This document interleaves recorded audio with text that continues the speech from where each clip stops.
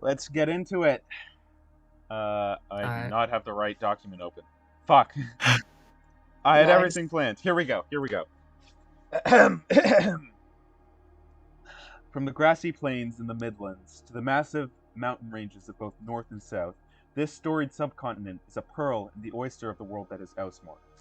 Off the northwest coast of Europa, above the nation of Telendria, Xandril is an empire ruled by many, more specifically the High Court, overseers of peace and prosperity within the country, formed over 500 years ago. The court holds itself. The court itself holds many distinct noble families from many races, most commonly of which being elves, dwarves, and of course humans.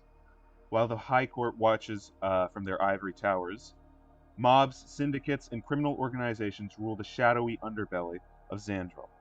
5 years passed, three brave adventurers risked their lives obtaining a prophecy from the Lady of the Vale.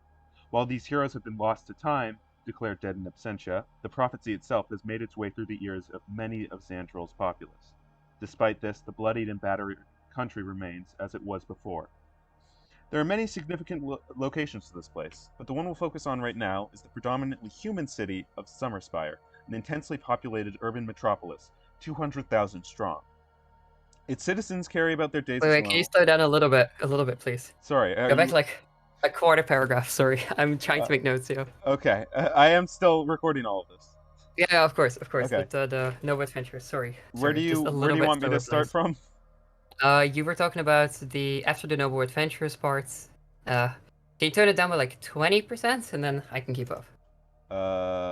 So where? Sorry, where should I start? After the three Noble Adventures. Right. Three brave adventurers risked their lives obtaining a prophecy from the Lady of the Vale. While those heroes have been lost to time, declared dead in absentia, the prophecy itself has made its way through the ears of many of Xandril's populace. Despite this, the bloodied and battered country remains as it was before. There are many significant locations to this place, but the one we'll focus on right now is the predominantly human city of Summerspire, an intensely populated urban metropolis 200,000 strong. Its citizens carry about their days as normal, but four of them stick out, those whose stories may be more than just their medium. Alright, let me move this up here. And we will start with the duo, Gibbo and Yenny, if you want to introduce your characters and place them down on this map. Okay. I'll have to wait until Gibbo plays his down first. Hmm. You think we'd be a market store? Yes, most likely. Okay. Yes, the token works. Okay, nice, Alright. nice. Wonderful. Well, Can you size mine down, by the way? Oh yeah, sure, I got you. Thank you. I And will. disable snapping to grid, thanks. Hold on. How do I do that? Advance. If you want to make it bigger, you just click on it and then you just drag it up, like. No, I want to make it smaller.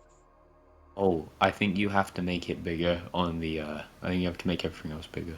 Oh, no, that works then. That's fine. Oh, no. Oh. It's a fine.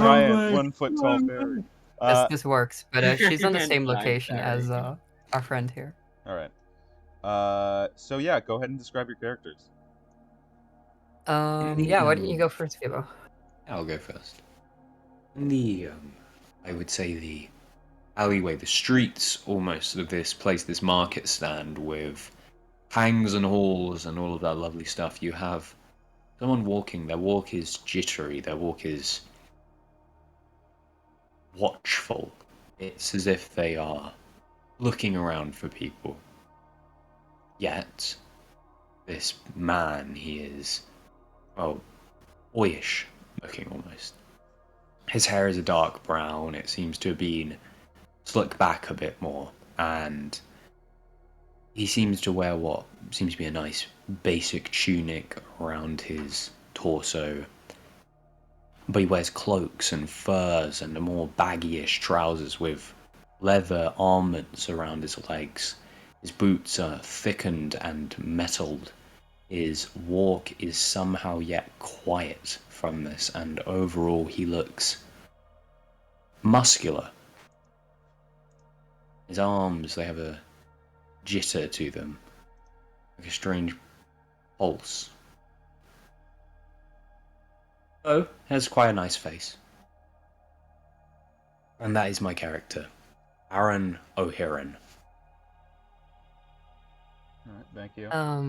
And on where did we say it was? Like on his waist, like a bag on his waist, I think. Yeah, one of the many Yeah. bags on his waist. One of the many bags on his waist seems to almost sparkle and shine faintly in the lights, as one of the clasps on it is loose on the outside, and the lid on it kind of shifts up as a diminutive creature gazes out from across their much larger companion's ride. Sequoia is a pixie, standing at exactly 1 foot tall. Locomotion not being their strongest points, they have subsided themselves to traveling alongside their dear friend and companion. Um, she looks humanoid in appearance. What's up? Oh, tea, awesome. Thank you. She looks mostly human. I just got tea, guys. Yeah, we heard. As the lid like of the bag pushes up, some pixie dust glitters out from it, and Sequoia gasps for breath as she kind of like waits it around. A consistent problem that she has. She kind of looks over towards her friend. She's her eyes are like brown, right? And then her wings are um how do I put this? Um you know how how insect wings look? Yeah. Yeah, imagine that, but it seems like there's something has happened to them, like she's tried to modify them somehow. Whether it's part of her wings or not, there is little pulleys and ropes and things attached to them, maybe to aid her in her levitation. Um, and she's currently just kind of peeking up towards what's your cousin's name again? Aran. Aran. Kind of peeking up at Aran, and she's just like, "Are we there yet?" He looks and says, "We are. You don't need to be so loud about it." All right, I'm trying to keep my head down. And she kind of like looks over and looks up at you, and she's like, "But I really need these parts. So can you find the merchant yet? You've been pacing Listen. circles for like the past 20 minutes, and I I don't keep am- track of time." Looks and says, "I am sorry, I don't have the best track record of directions." Look, I'm just saying. The only reason I know that it's been this long is because I've been watching your shadow, and it's like past the midway point now. Like kind of like gives like a bit of a. Can I say that I've found this parts and service place? Yeah, you do. You see a vendor who has this sort of menagerie of like baubles, little knickknacks, small like parts that you could make like pulleys out of, stuff like that. Over here, the individual seems to be a tanned man, human, somewhat young, with black hair and a big black beard. Okay. He goes over to the bearded man. His walk is, of course, well, the same it was, with the quiet clanging of his boots and little rustles and probably a little jingle or whatever noise that Sequoia makes. As he goes up to the shop vendor and goes, "Hello, sir. Hello. How can I help you?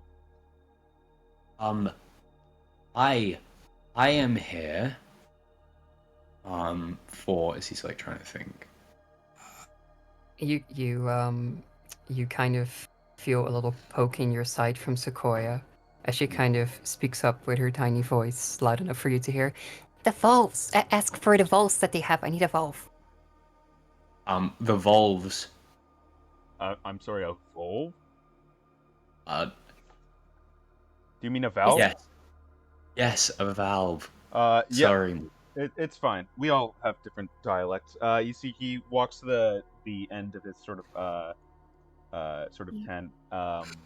Opens up a couple drawers as we're saying, "Oh, here we go," and he takes out a good like 3 or 4 different valves that you can see. Walks back over to the front and sort of displays them on this on the sort of wooden desk that you guys are currently at. These are pretty standard. They'll only run you about, say, 1 silver per. 1 silver. Well, is that all you have in stock? Right now, we don't. I mean, things like these aren't very common. We don't really get a lot of requests for them. I just sort of keep them around because they're interesting to look at. Yeah, they are interesting. It's okay. Yeah, I'll pay all of that. So, a silver each for all of them. That is correct. Okay, as he like goes around and is like, what seems to be a little pouch in like one of his coat pockets, and he pulls out the 3 silver. And he looks at them, looks at the engravings. They're nice. As he looks back and says, "Here you go, good sir, and I will take those." As he just like, kind of just like gently gets them and he puts them in his hands. The saddlebag on your side rustles in anticipation. Aran, can you roll me a perception check, please? Oh, Yeah. okay. First roll Yeah. of the campaign. 20! Whoa, a 20! Yes! That's crazy. Yeah, while you're talking to this guy, you're sort of looking out your peripheral. You are able to spot 2 guards coming in from the sort of right side of the market. They seem to be talking with another vendor. Just sort of, they're talking somewhat calmly. Do you want to look over at them, like, fully? Oh, he looks over at them. There's this look of like shock in his eyes, and you can like see his breathing gets a bit faster as he looks at this. Yeah, and you notice that they have on them, instead of the traditional yellow sashes that most Heliogard wear, they have black and crimson sashes. He looks at that and he looks at the vendor and he looks back at the vendor and says, "I hope you have a good day." As he's going to As they're he's kind going of to like, take them, and he like puts the as hand you're on kind the of like looking over, right, and you're like about to handle these things over, I'd like to imagine that they're already kind of gone. Like Sequoia just kind of snatched them while you two were just looking at the guards. They've already disappeared into the saddlebag. Yeah, And he you hear kind of like a very faint like as she already seems to have started working on them. He takes that and he's going to like see that as his heart rate continues, as his thoughts start racing, but he leaves. He leaves very swiftly. All right. Yeah, you get up and start to leave. Let me roll something real quick. Oh, okay. Can you roll me a stealth check? Will do. Let me just get that. So about the guidance cantrip. Oh yeah, you so, can totally. you know how Sequoia has actually padded your shoes specifically for this situation? She knows a little bit of cobbling, actually. They're really weirdly comfortable. That's crazy. Yeah, it's crazy. She actually prepared for this, by which I mean they're just really comfy shoes. That is great. Yeah, I don't know how New Dawning works, as but an 8. Ooh. add a d4 to that. Add a d4 to it. Add a It's a d4. D4. Come on. Do. Please. 10. You begin to walk away, sort of trying to drift into the crowd, but the Sequoia and the spare parts in your sort of bag start to make a lot of noise of just sort of clanging together. And you see one of the guards sort of looks over, and he says, "Hey, stop right. Hold on, I'm gonna go." You see he begins to walk over. What do you want to do? You have time to do like probably one thing before he gets over to you. What do I want to do? Let me What is it? He's going to Oh, sorry. he's gonna fucking book it and run. Okay, yeah. Roll an athletics Sequoia's check. gonna pop her head out as you start running, and she's like, I think someone just called for you, but As that's a 10. Ooh, that 20 really started something. So, All right. Yeah, so you back to shoes. you can't use another guidance. You can only use one Why per. not? It doesn't say so on the D20 version. Huh? Yeah, on the One reaction. on the On one D the and on the D one D version. and D thing, yeah. It doesn't say so. It says you can only give it to one person each 8 hours. Oh, where does it say that? Let me pull it up real quick. I'm pretty sure it could be like I could be wrong. I think they just changed it to a Yeah, reaction. yeah. A creature can only benefit from it once per long rest. Oh, okay, that's a shame. Oh damn. Yeah. Okay, so he runs, but he's like, I'm guessing he like gets a bit caught up with the market stalls. Yeah, you push into the crowd. You're definitely gaining some resistance. And as you just start running, you hear the guard say, "Hey, after him!" And they both start running towards you. I will roll something for both of them. Ooh, please Yeah. don't Wait, get can I? bad. I would say I want to help here, but like you already rolled. My bad. Well, there might be more rolls. All Let's right. roll this. First one got an 11, starting to gain on you. Second one got a 17, very much gaining on you. Okay. Okay. You. Sequoia's just gonna kind of look up and be like, is this Operation Run or what are you doing?" He looks and says, "We are running from this. If not, remember you have a weapon." Oh, I have much better than a weapon. Can I help by throwing ball bearings from the saddlebag? Oh, absolutely you can. Yeah, you toss those ball bearings down. That's a dexterity saving throw from them? I think like a DC 10 deck save or something. DC 10 dex save. Alright, let me try that. Come on. So first one, they both have plus ones. First one gets a 15. Second one gets a 3. 3. You see, the one that was ahead of you Yes. is not prepared for this, as he just slips on his ass and falls Yeah. prone. The second one You sees can that also, coming. yeah, Hmm? nice. Okay, we shook one off. Let's go. The second one sees that coming, gets out of the way. The one on the ground says, "Go after them! I'll go get some reinforcements." Roll me a second athletics check. I'll say if Sequoia, you want to give the help action, I'll allow it. Oh yeah, no, for sure. Like I'm telling you, those shoes that she gave you, crazy. 15. Ooh, a 15. All right, let me roll for this guy. She's just like peeking up, you know.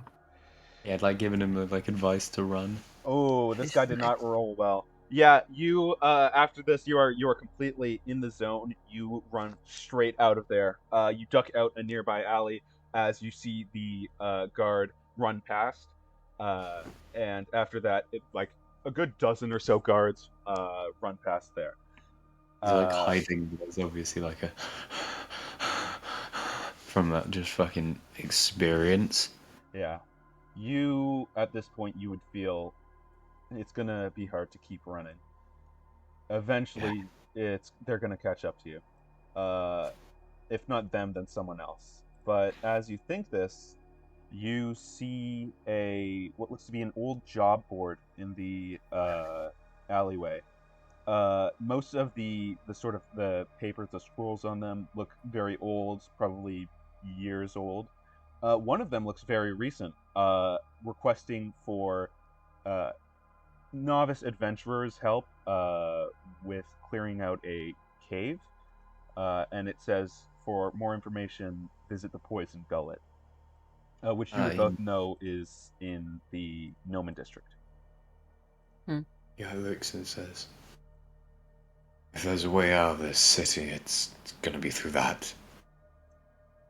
I mean, it doesn't look too bad. Kind of looks over at it, just like, why are you running again? Kind of looks up at you.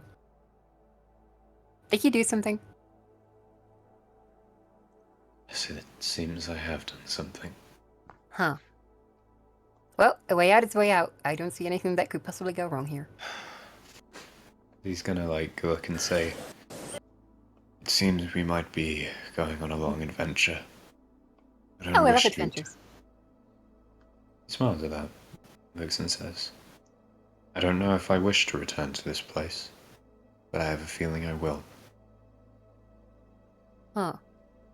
As he's gonna start getting going, like making sure to look at everything. But didn't you already return here since you're here right now?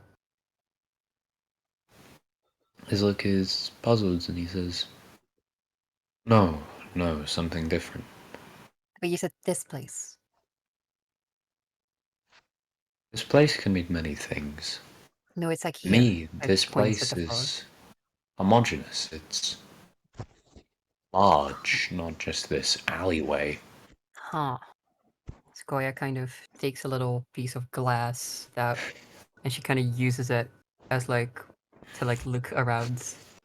It's just a little glass shard, but for her it's like a giant loop, and she just kind of looks around to see. All right, Poison Gullet. Where do we go? I would I be able to have a good way of getting there? Yeah, I'd say you know this town pretty well, or this city. You Nice. you know it's in the Gnome district. It isn't that hard to change districts if you're going down because people really don't worry about that sort of thing. So you don't have to go through too much like security, things like that.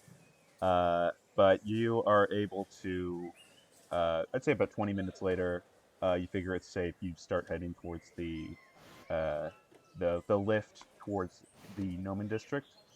Enter Nice. without too much difficulty, and um, you're on your way there about probably 30 minutes later. Let me switch over to the new map. Awesome. I'll have Oh, a that's moment cool. this. Uh, yeah, so you guys start heading towards the Poison Gullet. Very, very infamous place. It's pretty much the only thing that the Nomen district has going for it, other than the Kare crime syndicate. Um, it's a it's a bar whose claim to fame is having a drink that's so alcoholic it can kill you. Um, I can relate to that. but it's sort of become a favorite of those visiting Summer Spire for pleasure. Nice. I'm imagining that like as he goes down, he looks at all the people around him. There's like a bit of like an unease around him, even though himself is an urchin. He is definitely got some like how do I put it? He's got some like unease around dangerous looking folk. Hmm. Hmm. So he's gonna make his way there. All right. Yeah, you guys start heading towards there. You're it's very strange going from the Perov district, which is this very well off sort of not quite high class, but definitely that sort of in between of like, average people and the Yeah. and like nobility, that sort of experience to the Noman district, which is by all accounts a shithole. You see some people just coughing up blood on the streets. Rats walking, rats sort of running along the paved sort of roads. Uh, some buildings are in complete disarray, and you guys walk by an alley where I will ask, Parade, can you introduce your character? Yes. Alright. You'd see this old man. He's wrinkled and slightly more pale than an old man should be. He has this thick hair that is clearly thinning. He has a beard that is still remaining pretty well taken care of and in good shape. He's wearing these. He's wearing this robe of a mix of different colored greens. It's tattered. It's got a bunch of little different trinkets and herbs on it. Notably a herbalist kit. He's holding this crooked staff made out of oak wood, and he's not necessarily a fish out of water in the city, but he's more like a land mammal in water. He can Okay. swim, but he's not, familiar with the place. Yes. Um, And when you look into his eyes, he'll clearly seem slightly troubled, but also deep in thought. I'll say also, you two are not able to see Parade's character. This alleyway is extremely dark, and you are currently doing something else. If you want to throw down your token Yeah. somewhere here, Ah yes. Yes. Ooh. Yeah, sure. um, Where My would we token put is them? just on top oh of no, his token, this is so just Parade. Cool. okay. Okay. Yeah, this is Common Alright. prey W. What's the surroundings like in this alley? What's Uh, up? What's up?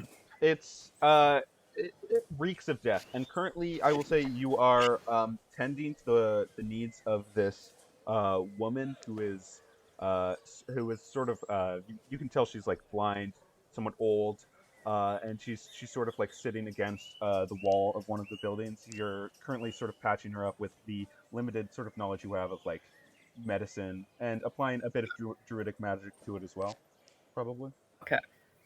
Want me to roll like a medicine check to see how well I help her up? Yeah. I'll say you've already gotten pretty far, so just roll a medicine check for the rest. Okay, that's good. I'm proficient and I've got good wisdom. Um. Ooh, another 20? Damn. Oh yeah. Yeah, you're able to sort of combine some of your ancient sort of druidic magic with the knowledge you have of medicine from the civilized world to very effectively help this woman from about 20 minutes ago when you saw she was not probably going to make it past the end of this month to looking incredibly healthy, at I least would like. for her state. I'd Hmm. like to ask her something. Sure. He would after like just finishing up patching her up and stuff. He would say, "How? What? What would bring you into such a dire situation, my fair lady?" Oh, thank you for your uh, uh, kindness, but I just haven't had much of a good experience in this city. I Hmm. um, I suppose it isn't quite kind. I expect no less from a place like this. Uh, Do you know how to get yourself back on your feet? Metaphorically, of course. I'll figure it out. She sort of like rubs her hand over her wound. She says, I think I know some people they can help me. That is good. You need any more assistance? I'll be happy to help. Thank you. Thank you. You've already done enough. All right. And if there is no more need for me, then I shall go. Yeah, Have fair travels, even in a place like this. you see she sort of waves in your general direction. She says, thank you so much. Uh, you start leaving this alley. Before you have a chance to fully exit it, you feel metal against your throat as you can see someone moving in the shadows saying, Gonna have to stop you right there. Mind explaining to me what a druid is doing in Summerspire? Where is the blade coming from? Is it coming from like from the side of me or like Uh, from right in front of me? yes, the blade is right in front of you, but it looks to be held from someone to the right of you. He would slowly gaze his eyes to the right. I'm merely trying to do something better with my life. You can just let me pass. I'll be no trouble to whatever you're trying to intimidate me from. See, it isn't that easy. You know, the Sylvan Trading Company, they put out a bounty on druids like you. I could fetch myself a pretty penny just by turning your head in. Oh, well, how lovely is that? I'm sure you would prefer to send a poor old man into death or jail rather than just letting him live out his final days. I'm sure you're such a morally lovely person. Uh, you know, I would, but I got fucking business.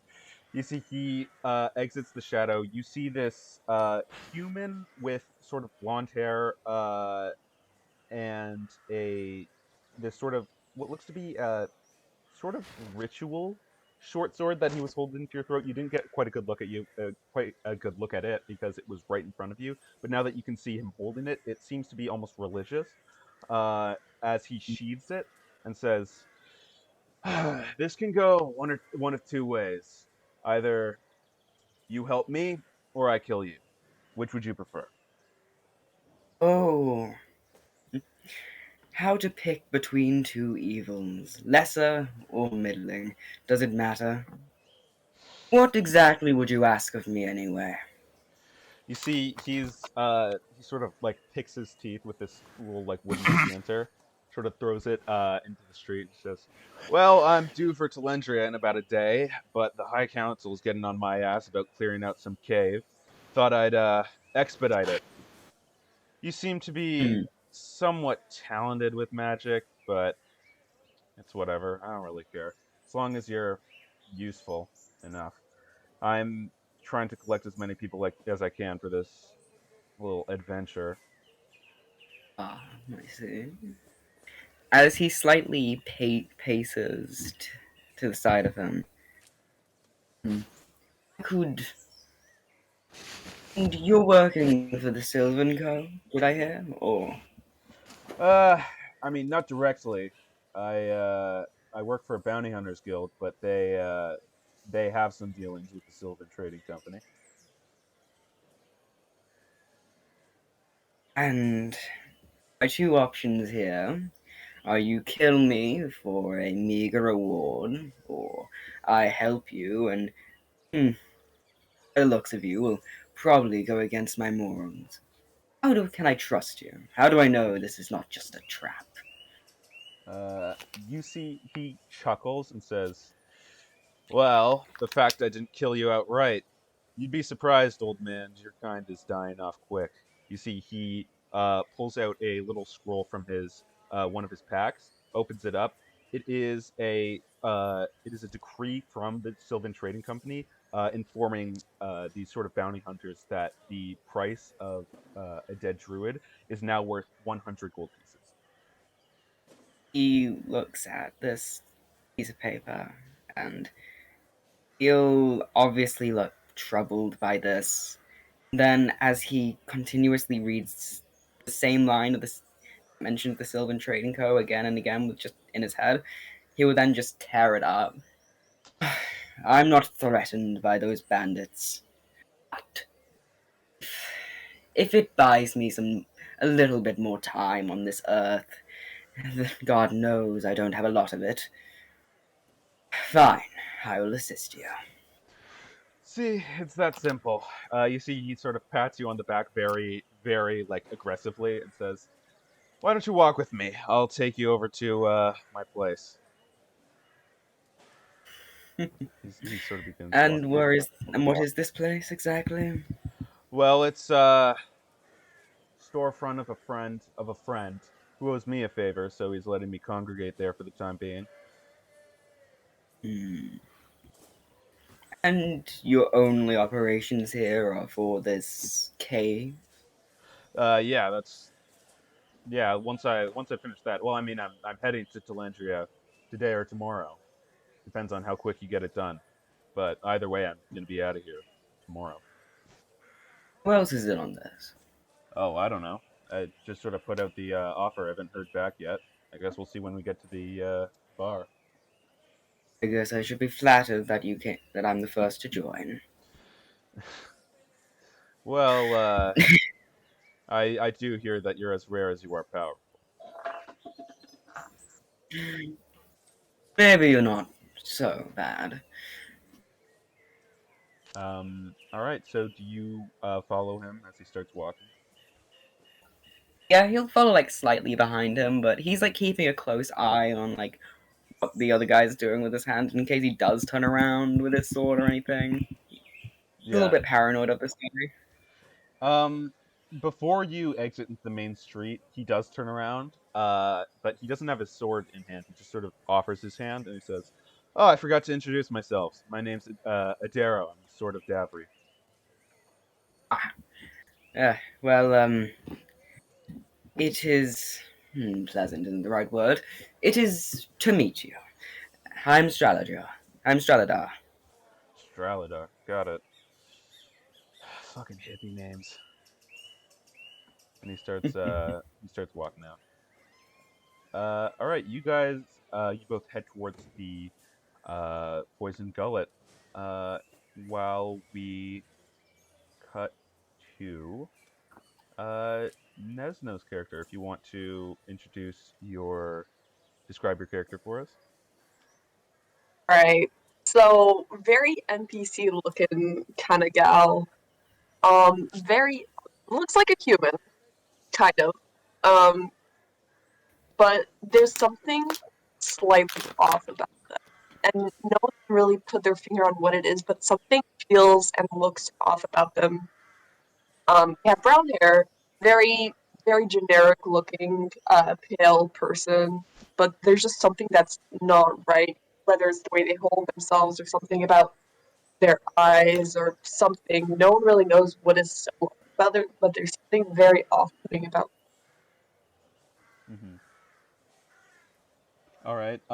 And it's currently mid-morning, and you have received a request for your presence to be at the Kari Crime Syndicate's main headquarters, um, by order of your debt collector Shank. Okay. Uh, do you think you'd head there immediately, or would you stick around wherever you're at? Um, What would you do? I'd probably try to head there pretty quickly because I don't want to mess around, kind of. Hmm. Right, yeah, definitely.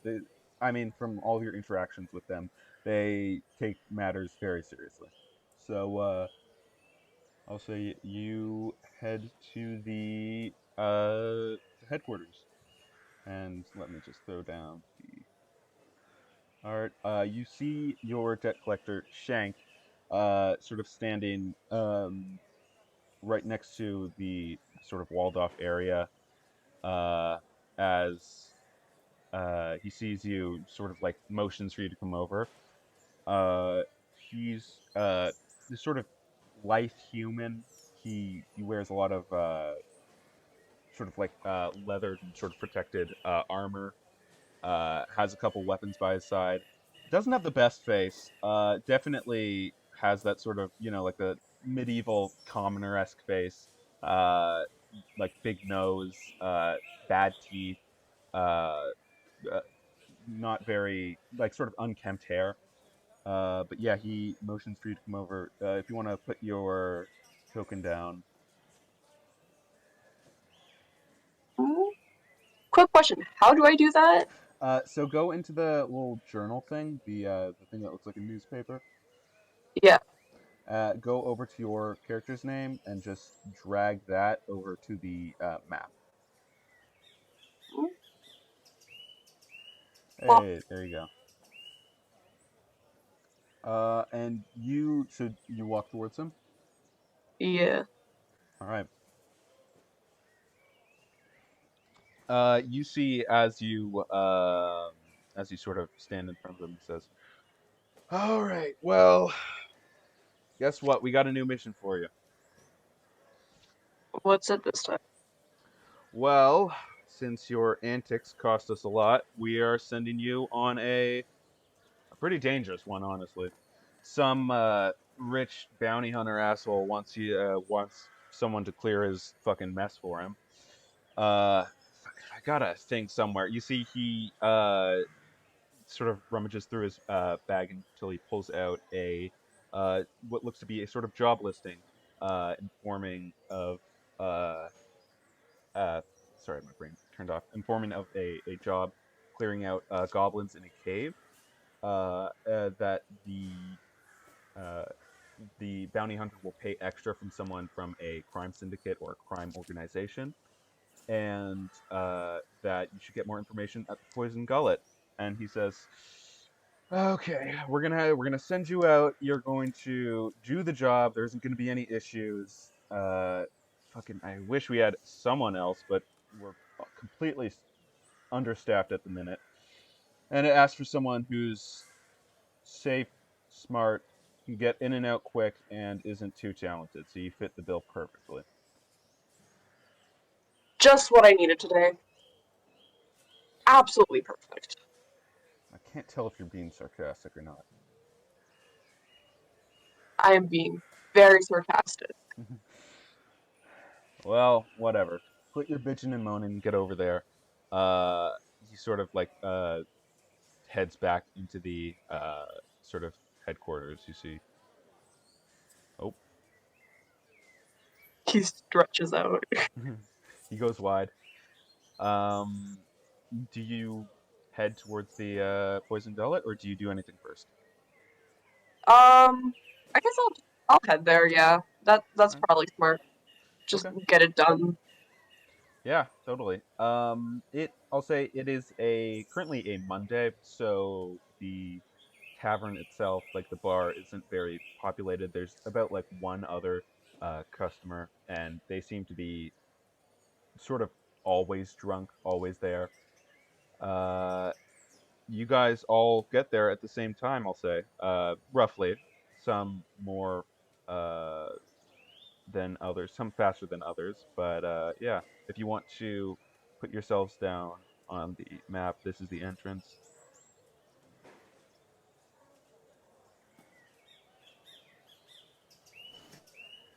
I think I might put myself just a little bit in the middle, just like Right.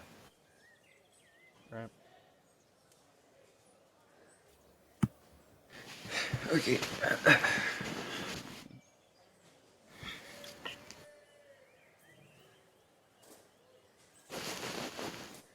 Um. Okay. Yenny, are you gonna throw down your? Fine.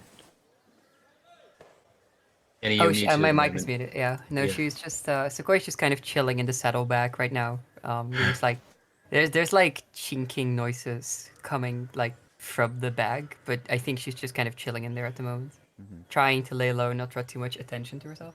Right. Brilliant. So you would all see this man that I described, this sort of blonde human, sitting over by the piano.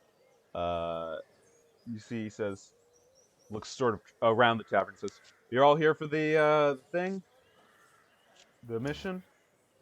Do you mean the job offering put on the parchment? Did I do? Yeah, yeah, yeah. Yep, He that's like me.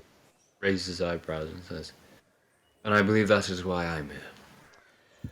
Great. He sort of looks over to you, Straladar, and says, "Well, I know why you're here." Looks Mm. over It looks. to sorry, you continue. Oh, he just kind of slightly muttered to himself. I hope so. And he sort of looks over to uh, I don't know, Nesno. Do you want me to say your character's name, or do you want to keep that secret for now? Not right now. Okay. Let's keep that a secret for now. Sure, sure. He sort of looks over to you, says, "Are you from the crime syndicate, Kare?" Yeah, that's me. Right. Okay, great. Great. Three people and a drunk. Awesome. You see this sort of constantly drunk person says, "Oh, this looks serious. I should." He sort of like leaves. Uh, yeah. Barry 63 realizes that the adventurers entered the pub. He's seen this happen before. The last time three suspiciously armed people entered this place, it went badly. He's leaving. Yeah.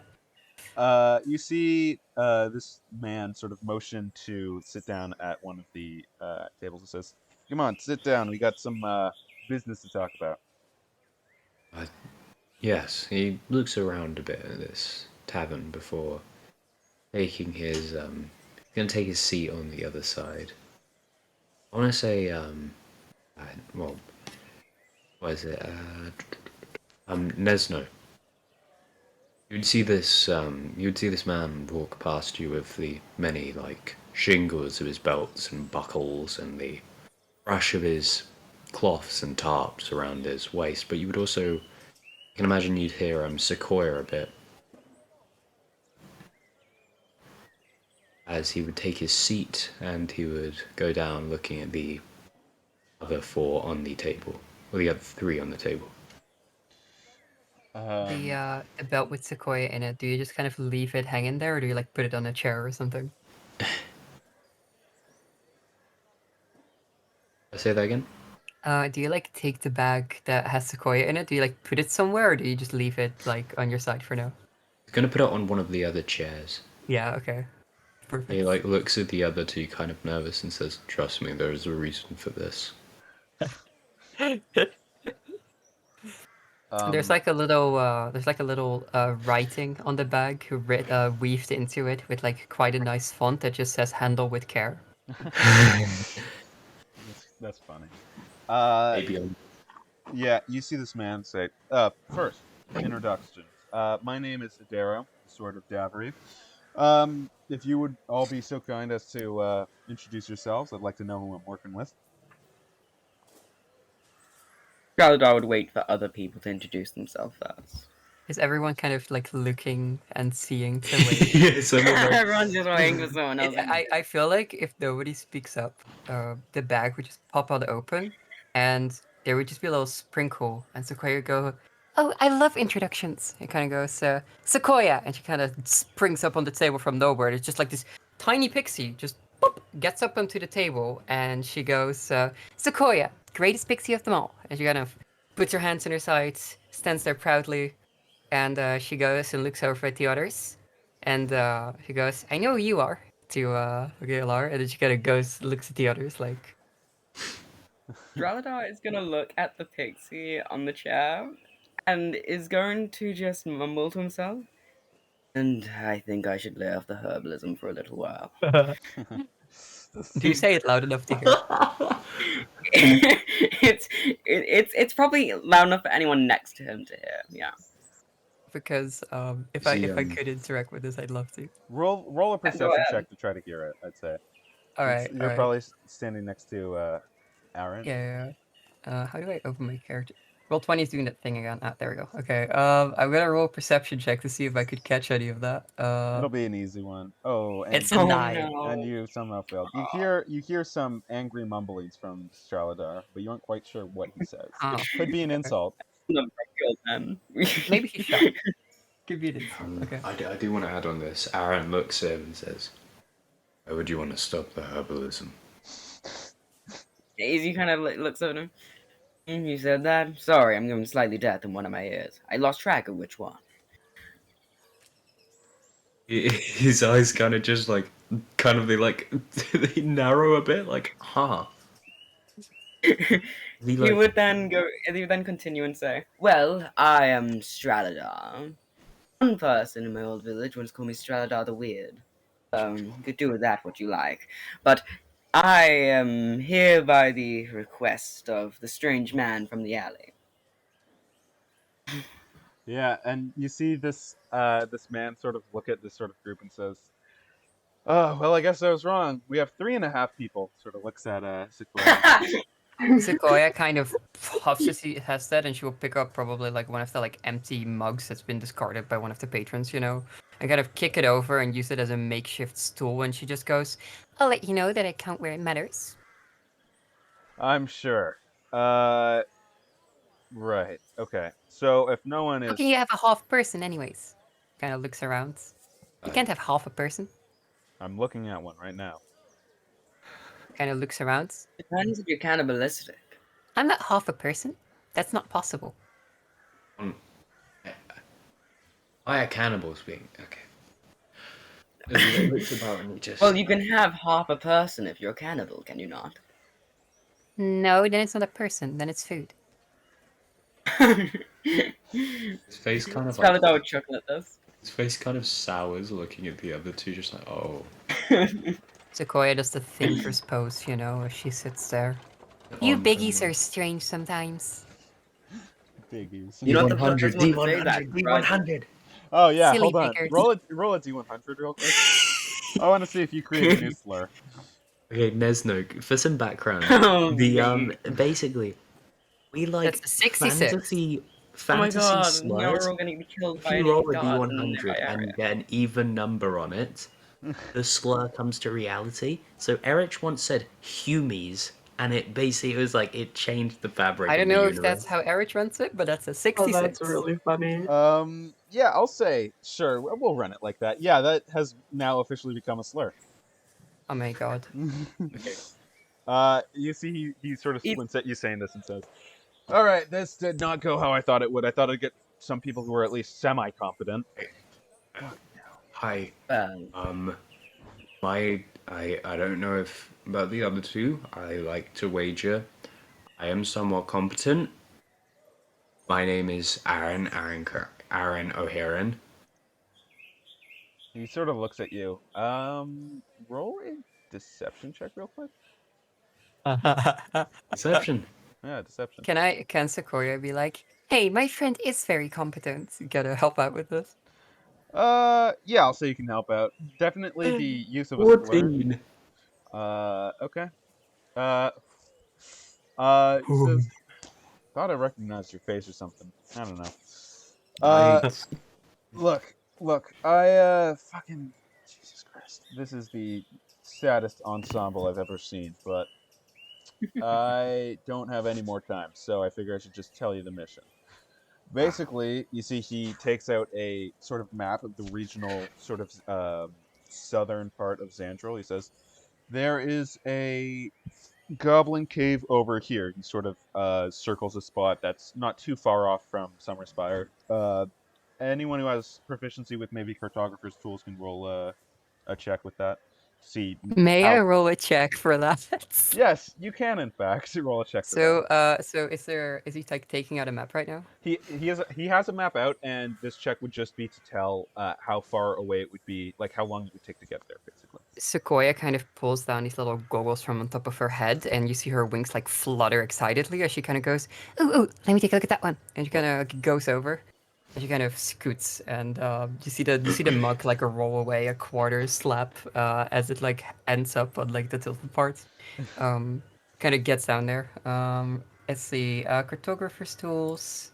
Do I add intelligence to this? You do, yes. Neat.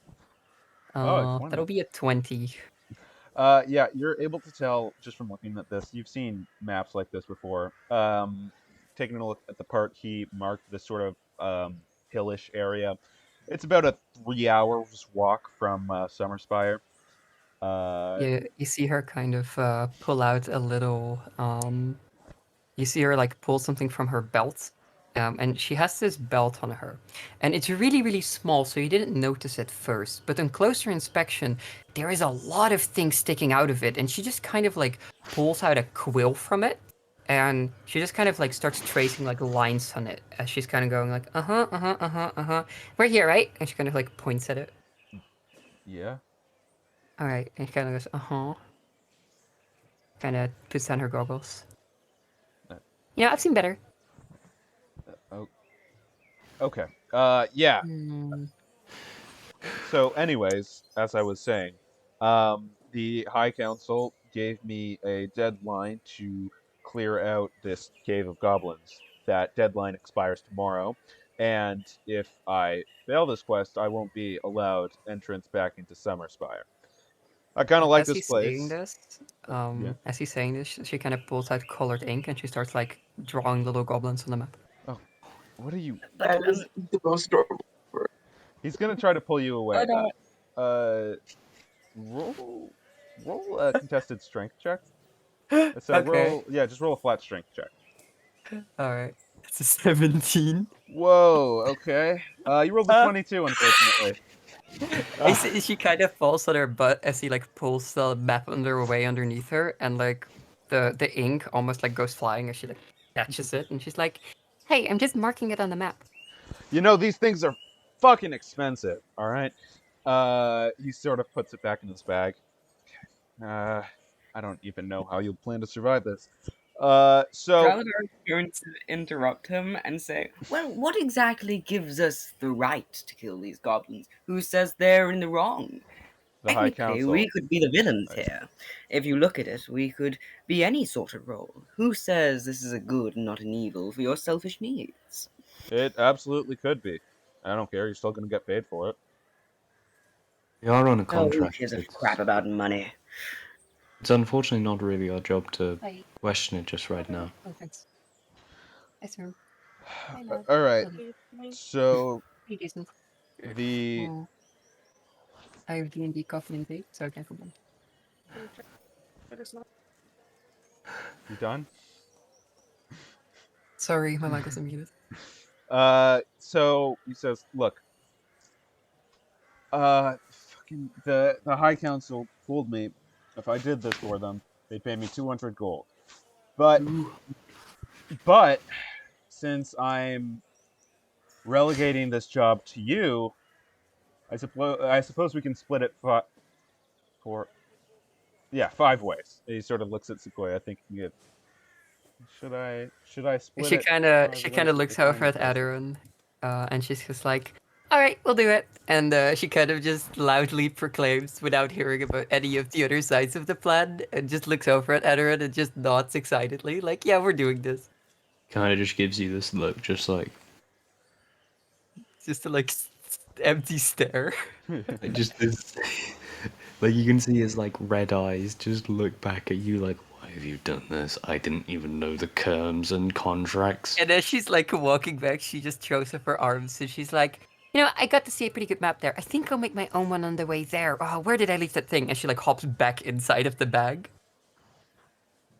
No, I don't Looks at think the so. other two and says, before I accept whatever mission we're going on, may I please read the contract? Contract? Oh, do you not do contracted work? He sort of gestures over to Nesna's character and says, "Well, I'm working with a crime syndicate, so typically they like that sort of stuff to be under the rug or under the table." Oh, oh. So we're already morally bankrupt. Great, this is going off to a great start. I'm not morally bankrupt. Look, philosophically speaking. He like looks. He like looks and says, well, I've never been one for lots of crime, but hey, if that's just how you guys do it. Complacency. So he looks and says, You see, Atera says, "Look, it's pretty simple. You finish the job, bring back like I don't know evidence that you did it, some fucking like I don't know goblin scraps or shit like that. Bring it back by Okay. tomorrow. I'll get my money, you'll get yours, and we'll all be happy campers, right?" yes, yeah. All right, great. Please never call me a camper again. Oh, hello. I'm sorry. You haven't introduced yourself, Miss Just call me Susan. Susan. Hello, Susan.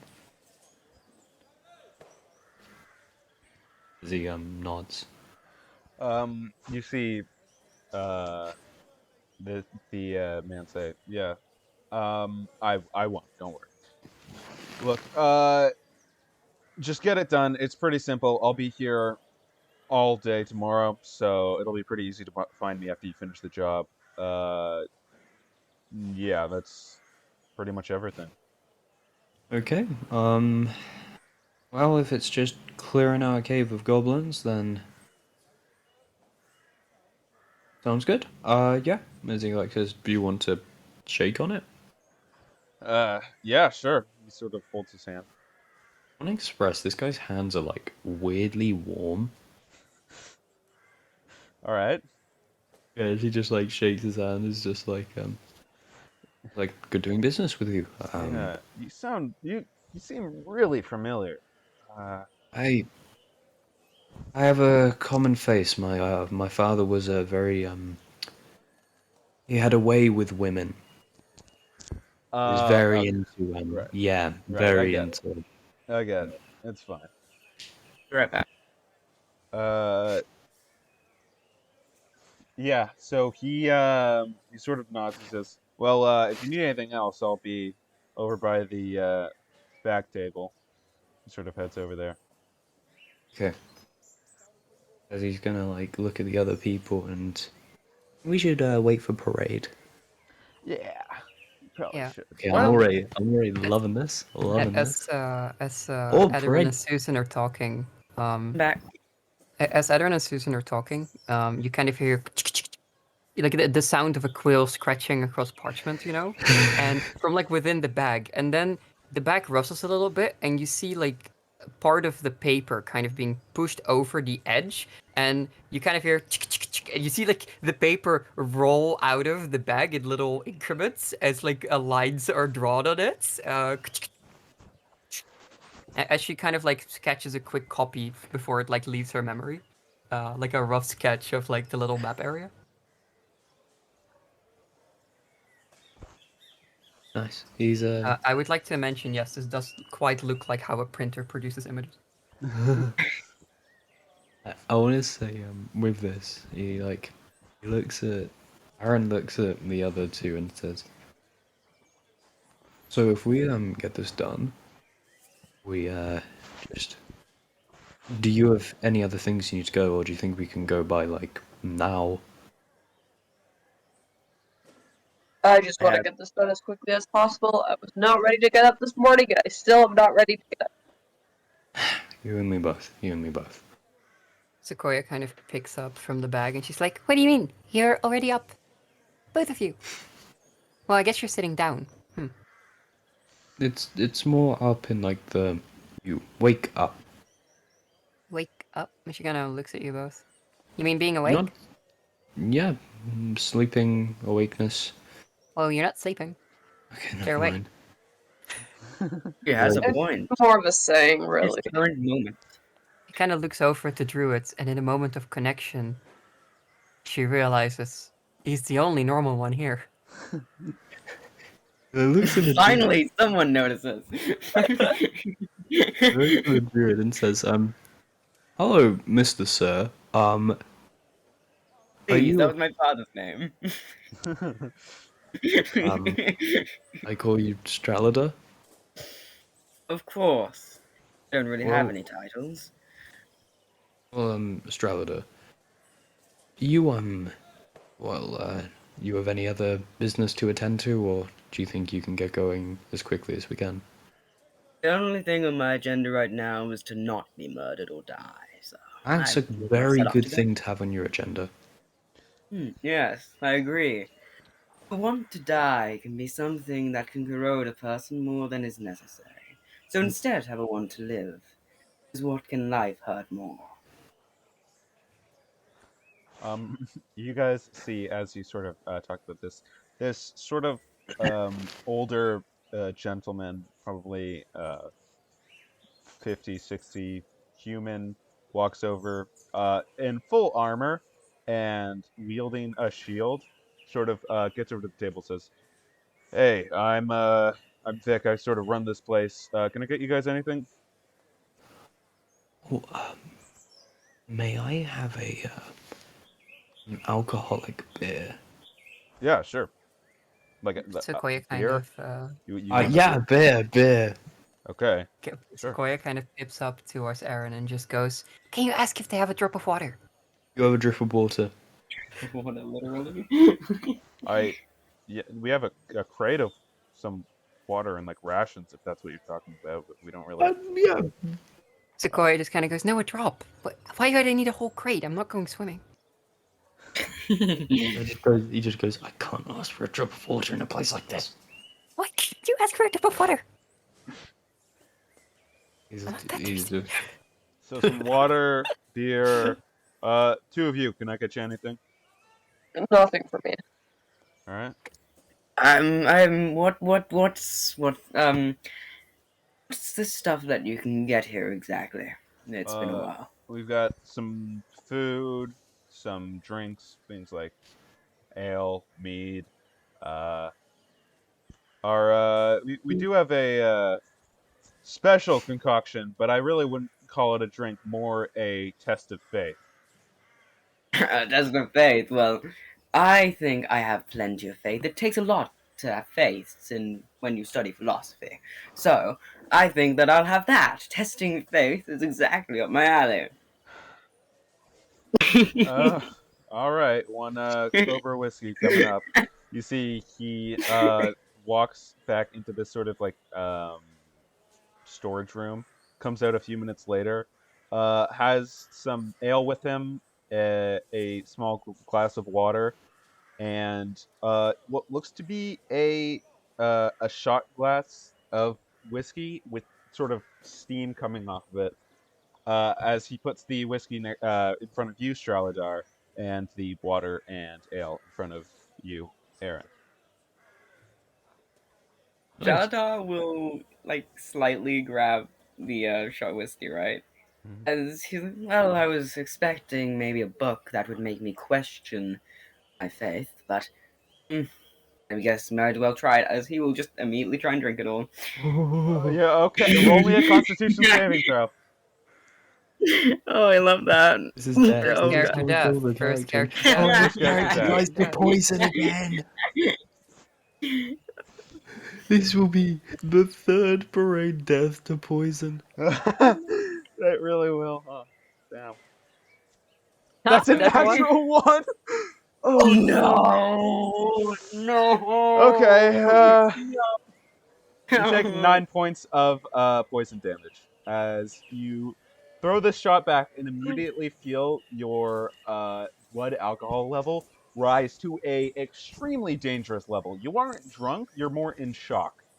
Just toxic shock. Yeah. Lovely.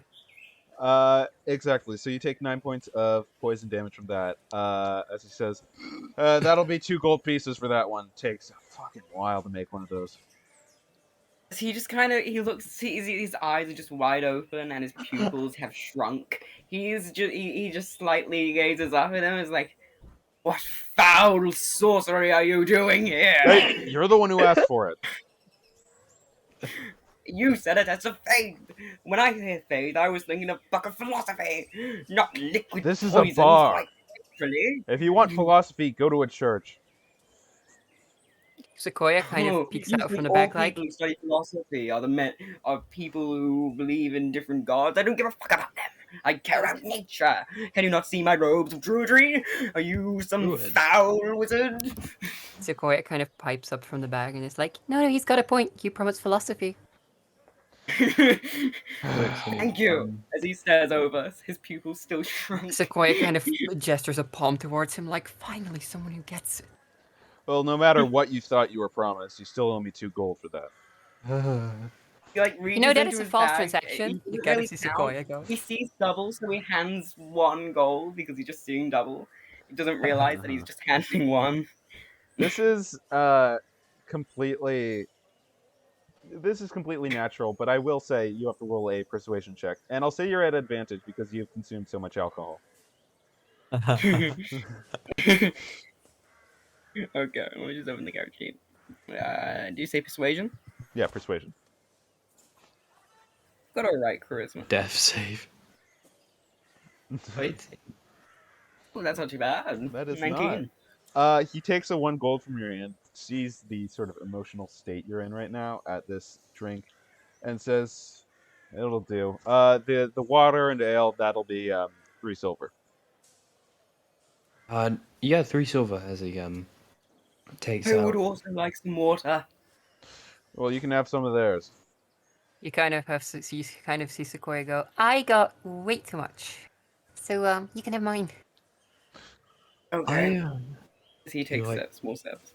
She kind of, before you pull it away, she pulls out like this tiny little, just this teeny mini tiny. It looks like a splinter with a groove in it, and then she just starts sipping from it.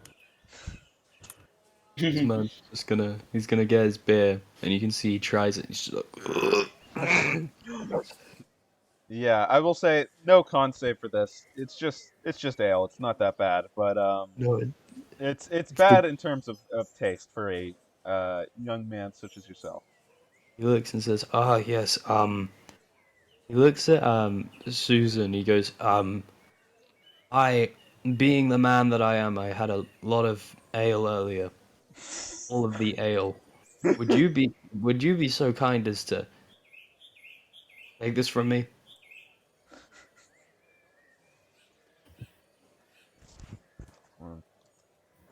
Is he, Susan? Susan? Oh, sorry. Yes, absolutely. He like takes it and says, "Thank you." Sequoia just kind Susan of just sits like there. just drinks it and isn't phased at all at this point. Sequoia kind of looks I around. love that. Huh. As he just like, Do you pay for the drinks? Yeah, I've paid for the drinks. Okay. Yeah, so I put down the extra 3 silver is gone. All right. Hey, Sequoia Baku, kind of like. I go on. can I use my herbalist tools to like try and make a small concoction that will slightly sober me at least? Actually, yeah, I'd say you can. Go ahead. Yeah, just roll me a herbalist tools check. God, A the herbalist check. anti-Harkin. As you start working with your concoction, the Sequoia like rustles like out of the bag and gets over to you, and she's just like, "Huh, what are you doing? What's that? Wait, I haven't seen one of those before. Wait, slow down."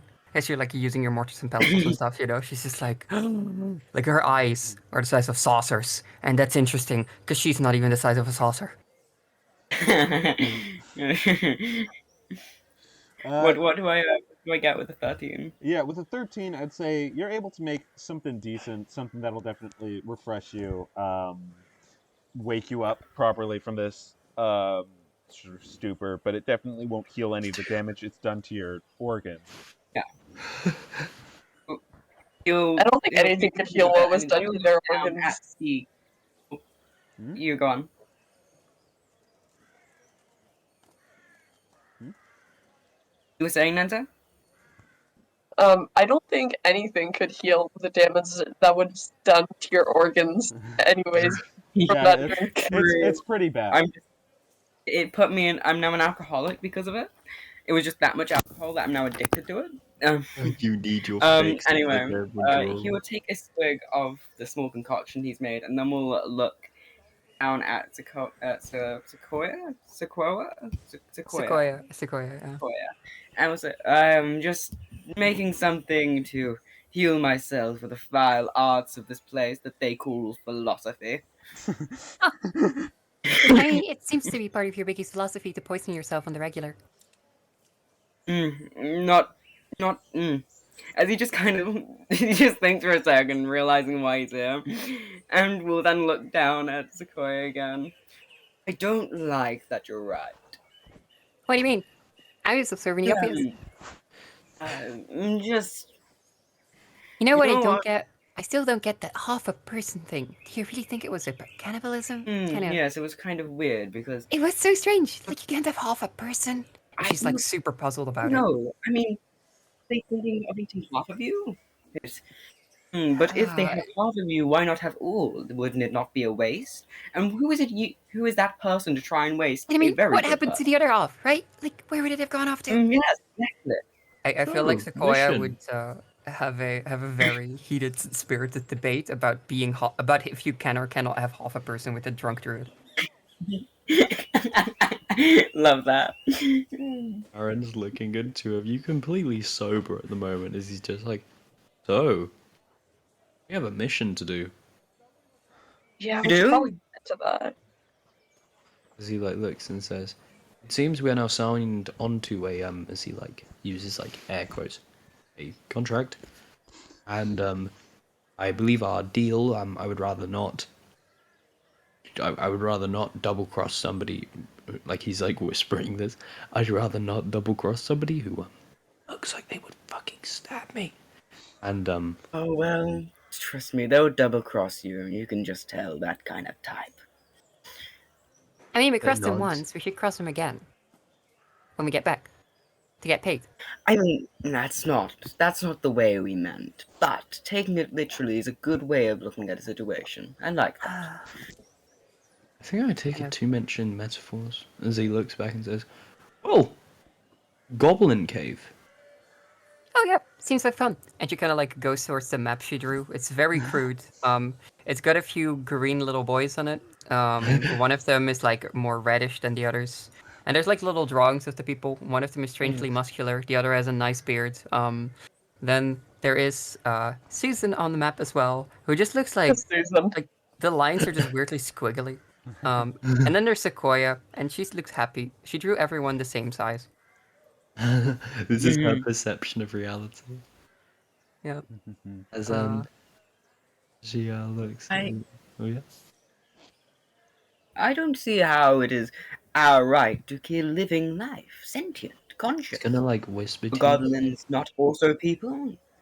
He's gonna whisper to you and say, "There is nothing that we could, if we really want to, we could just ask them to relocate." I like your thinking, lad. And he then looks and says, "If we're going to need to bring a memento, we're just going to have to ask for a goblin skull. Like,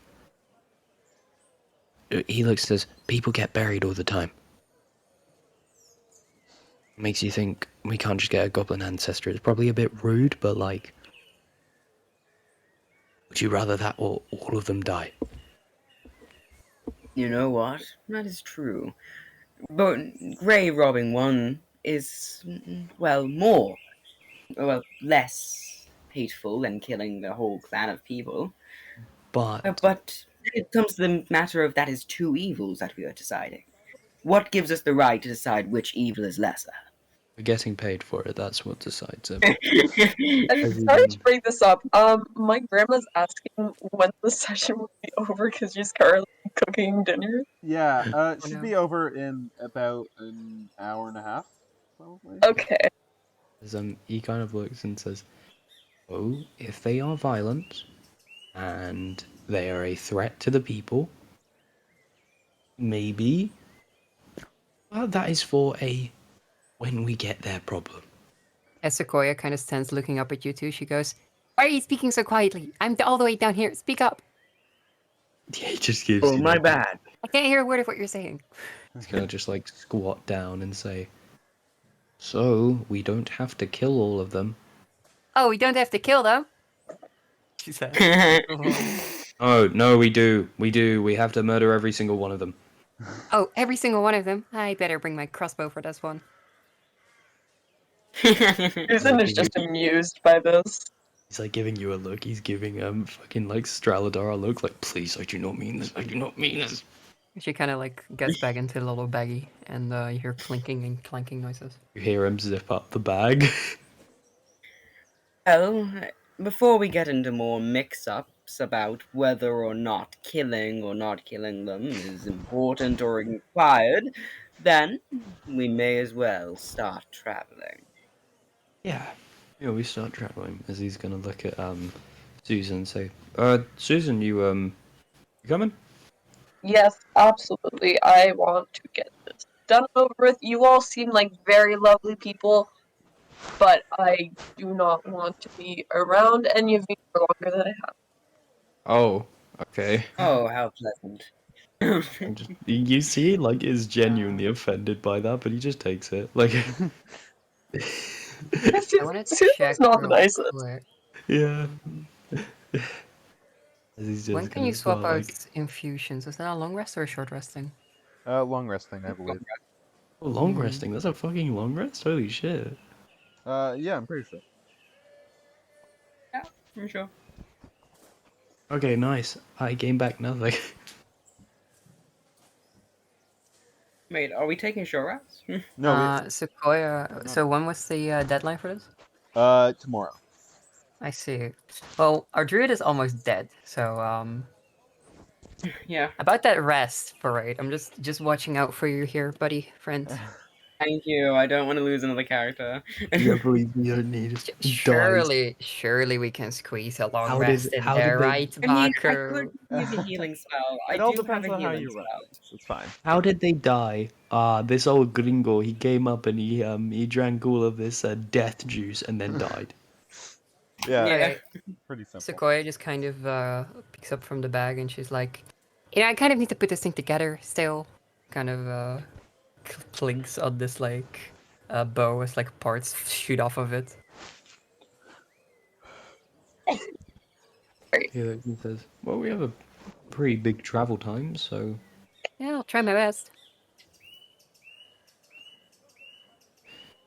well then, merry men, let us get going.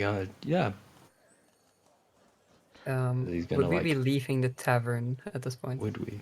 Yeah, I'd say you can be leaving the tavern at this Yeah. point. I want to say he walks out and he like looks around, like looking for who's outside at the moment. Roll a perception check.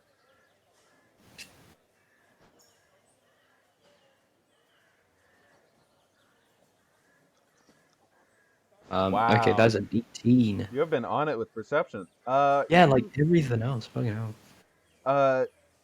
The Noman district is interesting. If you're looking purely for people who might be after you, you don't spot any individuals that would fit that sort of description. You notice, the average sort of passerby, a couple sick and wounded on the streets. Um, pretty normal stuff, all things considered. Yeah. Yeah, all things considered, as he starts going out, his he starts his little was it tuniced top kind of has a little rustle with the winds. There is a more heavier duty stuff. Its lower body definitely doesn't. Mm-hmm. All right, so do you all head towards the cave? Yes. Yes, absolutely. We would. I would like to mention that kind of as she's in the bag, she's kind of still conversing with Straladar about how small you can, about the half a person thing.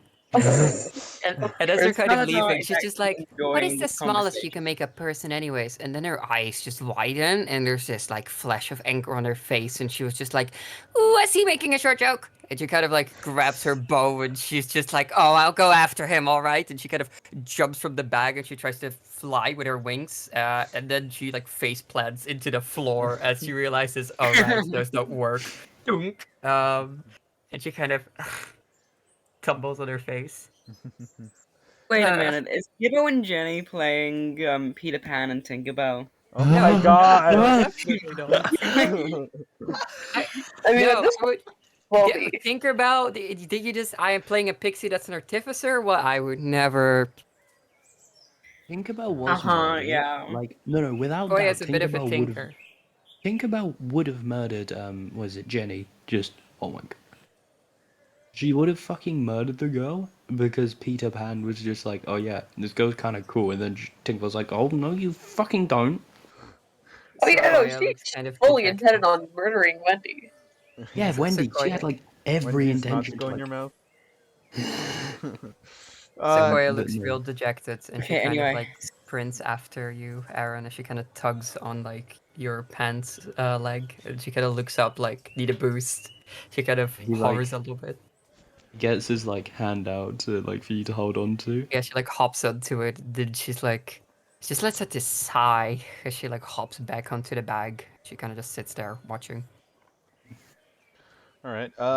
So yeah, you guys start heading towards. I'll say you guys can each do sort of one light sort of activity if you want while you're heading towards her. If you I have want to one you want. swap out a stupid infusion, but I kind of need a long rest for it. I'll say 3 hours, 8 hours. You can swap out an infusion. All right, cool. Sure. You haven't faced any combat We yet, can so it's fine. set up camp outside of the place where we're going, right? Yeah, I mean you haven't gotten there yet, but just sort of Yeah. along the road. I'll say you can just sort Yeah, of of do course. it for Yeah, sure. now. First session, who cares? All right, cool. I think as we're walking and once we get out the city and stuff they start walking in the more nature area. He's Straladar is going to use mold earth to kind of make a track behind them, just so they can make sure they know where they're going when Sure. they want to head back. Yeah, sure. Easy enough. As we're kind of going as well, Aaron, the bag that Sequoia is in just gets heavier and heavier and heavier. Why is it getting heavier? You don't understand. He's actually gonna look down and he's gonna open the bag, looking in there. You see He that just Sequoia peeks. is kind of pulling stuff from her belt, and it's just no, not that part, no, not that one either, and just it's a metal piece, it's a wooden piece, it's a chiseled piece, it's a weirdly long lap of fabric, and it's just all adding up together as she kind of climbs onto this mount of stuff, and then she's like, oh, there it is, and she picks up this tiny little bolt as she starts screwing Wait. it Be right back. into the bow. All right. Okay. So is Yeah. that what you do with your sort of downtime? Yeah, that's what I'm doing with my downtime. The tool belt of holding is inactive for now, and the repeating shot is now activated. All right. I'll just ask, Aaron, what do you want to do during this sort of. Yeah, he's sitting down in a corner being edgy and thinking of his, thinking about how much sex he has. No, no. All right. Well, you still need to walk, so chill it, But yeah, Mr. so no, he's Tactful. walking the whole way. He's kind of just I feel he's just kind of thinking as he walks. He's winds in his hair. He's kind of wondering about this mission, wondering the people he's with. He's interested in the two new people. It's strange seeing such an elderly man do work like this, and he kind of doesn't really know too much about Susan. She didn't really give off too much, rather than insulting him and being actually quite kind with the beer. She was quite. That was as he feels damn. I really hope they think I'm not 17. Gross. As And what's he's Susan up to? Yeah. What's Susan up to? it was. What am I up to? Yeah. What are you up to during this sort of 3 hours while you're on the road? I'm just gonna ask if anyone knows thieves' camps. If anyone knows Thieves Camp. Well, not necessarily, no. No, I don't know. No, Steve. motherfucker. Okay. Okay, grandma. God. Um, Is it possible for me to teach everyone the basics of camps? I'll say you can teach everyone some keywords of Thieves' Cant. Thieves' Cant is strange. It isn't quite a language, more a certain hidden messages in a language. Is it like the Ocean's 11 thing where it's the sun shines a new dawn, and then they bump the guy in the shoulder and they're like, why did you call his mother a whore? Yeah, it's basically that. It's like is it like Pig Latin? No, it's sort of like Oh shit.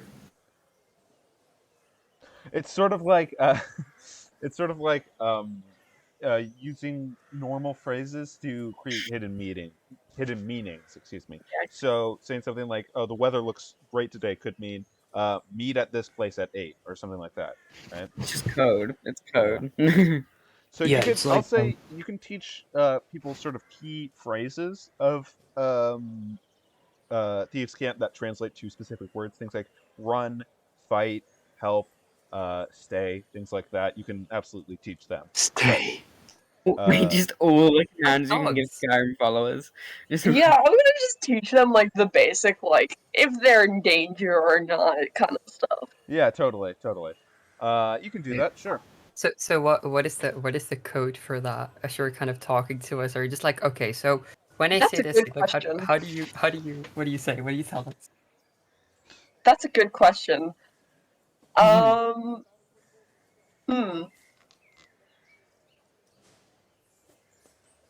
I'll say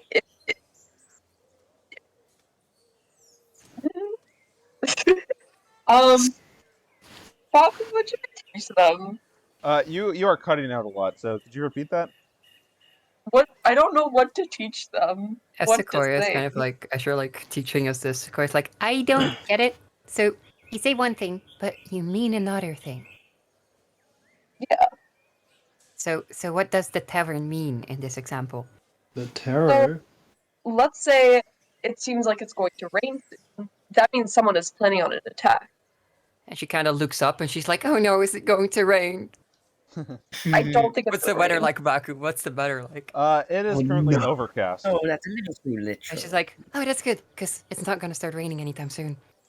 Oh, by the way, if you guys want to put your tokens down on this sort of road, You will do.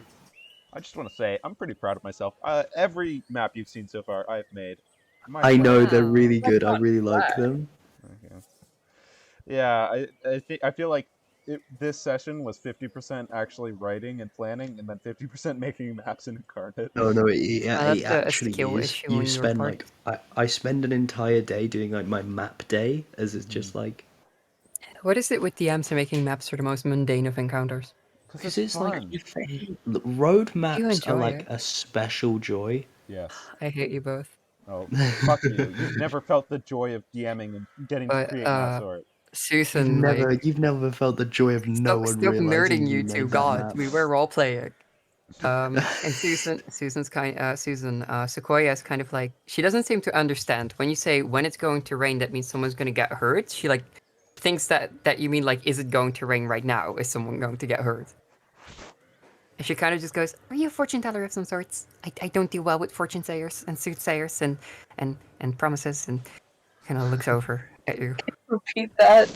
The lag is horrible right now. Oh, poor Wi-Fi. She doesn't. She's taking it literally. She does not understand Thieves' Cant. You're not making much progress with the pixie. He Aaron's gonna look for around Sequoia, and we'll say to Susan, I from my time with Sequoia, metaphors are not something they really are like. You're not the biggest metaphor fan. You're more of a to the point type person. Yeah, I'm still I see. trying to wrap my head around the metaphor thing. Yeah, there's a fun colloquialism. Um, this fairy stays in my bag, so doing like all of the tinkering stuff, which is why is my bag starting to weigh more and more by the hour. But more and more, it is I will usually be doing the movement. Sequoia So just, as you say, why is it way more? She's like, I swear I'll clean it up later. Just not right now. there's like a bit of a puzzled look as he says, if you're going to teach like codes like run, hide, stay, whichever ones you're doing, I know probably wiser to tell me. Also, I think it's really cool to learn different languages. I've always been into that. As he gives that little smile.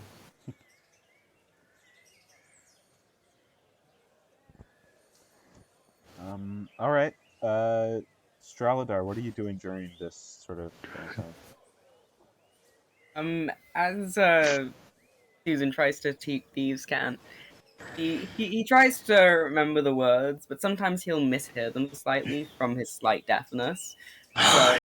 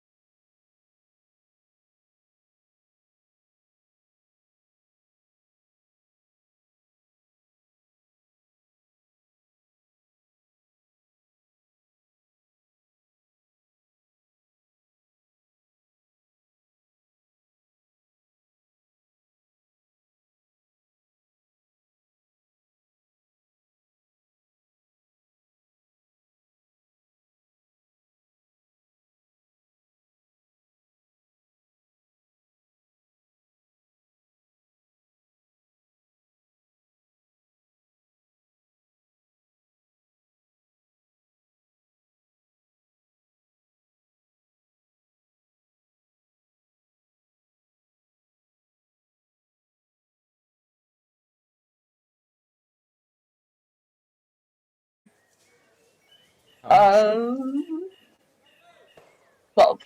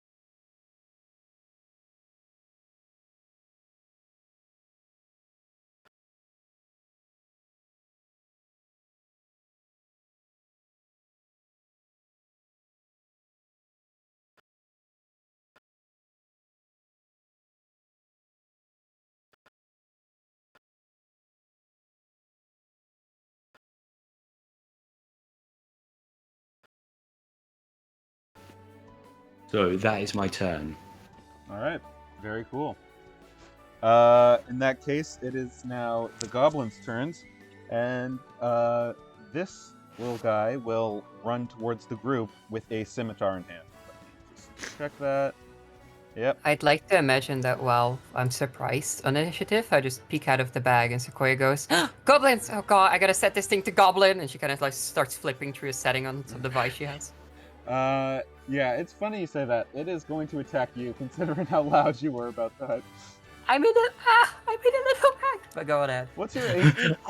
Because that is I don't a know. 6 to hit. I assume that misses. A solid 16 right now. So yes, that would yes, miss. that I mean, yeah, that's yeah. All right. The other goblin is going to run over here and try to get another shot on Susan. Oh, great. That's a natural 1 to hit. Misses. The arrow flies through the air and lands right beside you. Very weak shot. Nice. But now you all are unsurprised. So Susan, you're up first. What are you doing? I'm going to probably attack the goblin who is attacking. How do you say your name? Sequoia. Yeah, Yes. Sequoia. I'm gonna use my longsword. You have a longsword? I do have. Okay. All right. Yo, Yeah, let's sure. go. Yeah, totally. You head over to it and roll to hit.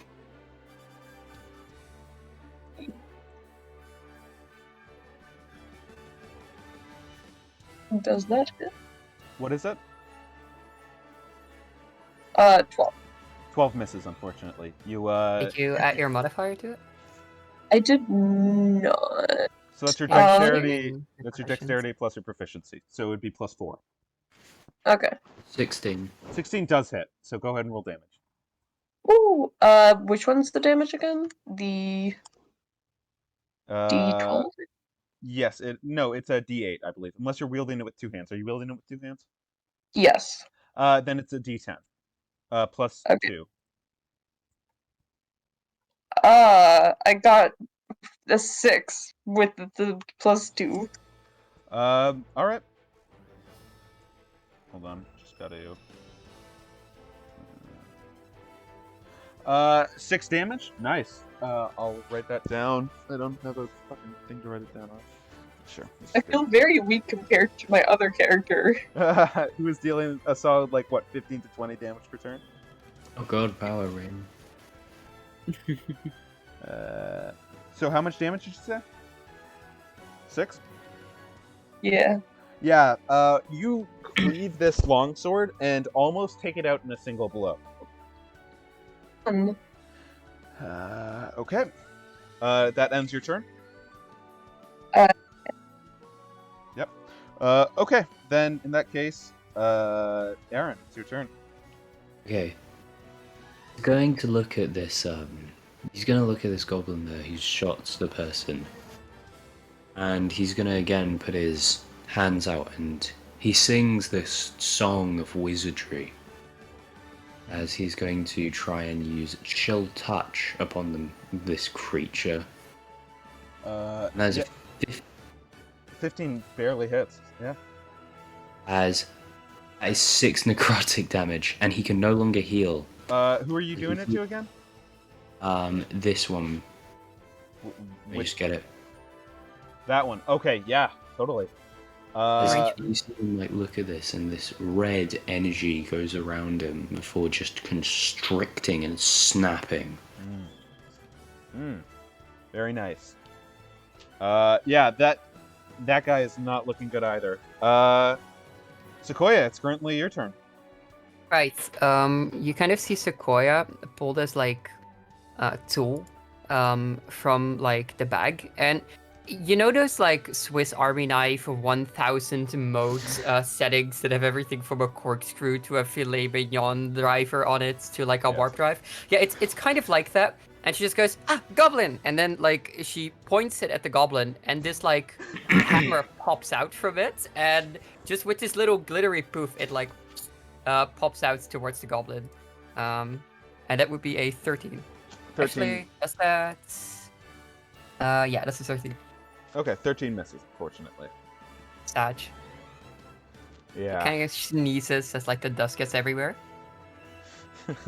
Yeah, multi-tool, is that a ranged or melee weapon? It's a melee. It's a melee attack. Yeah, you swing it, and the goblin just barely manages to get out of the way. Does that end your turn?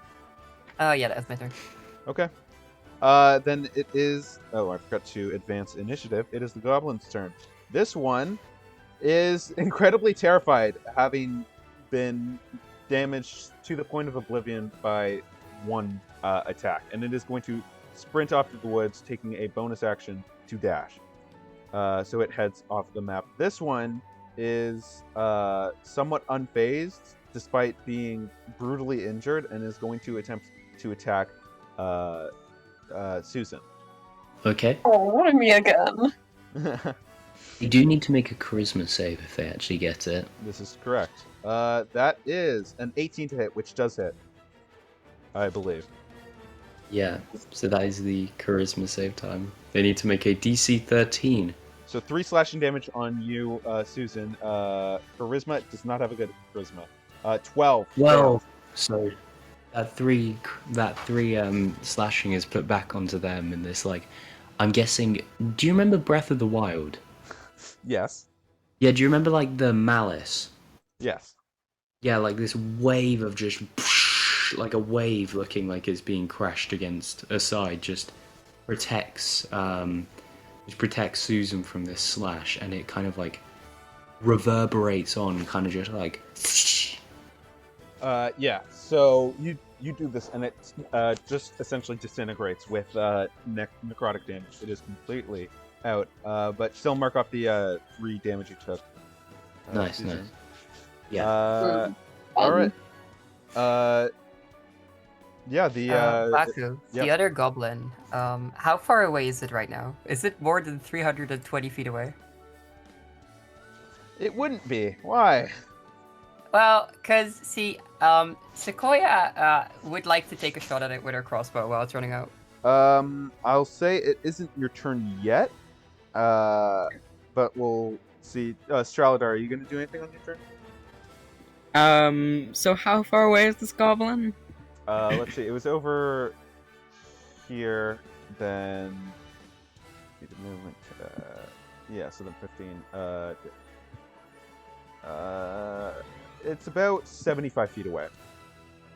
75 feet. Aw. I can not do anything, so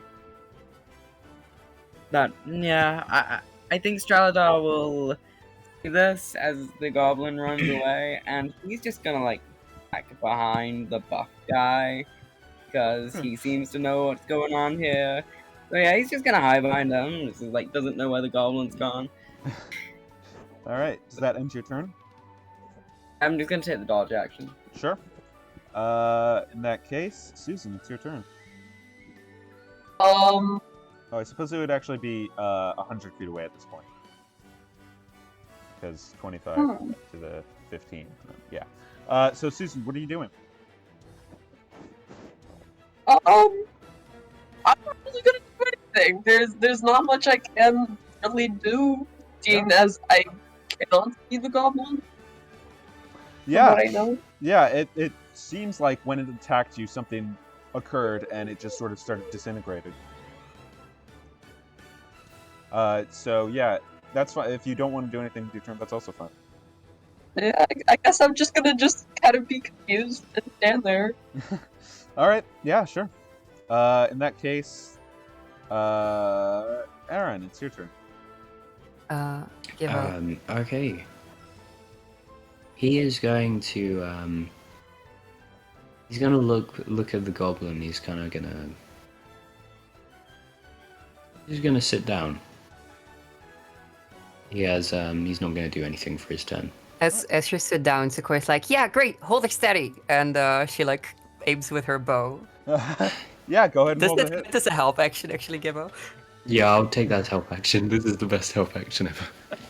So as he sits down, Sequoia's like, "Oh, great job!" And So I she's believe that going would to be. take a shot. It's 75 feet away, right? It's 100 feet away at this It's point. 100.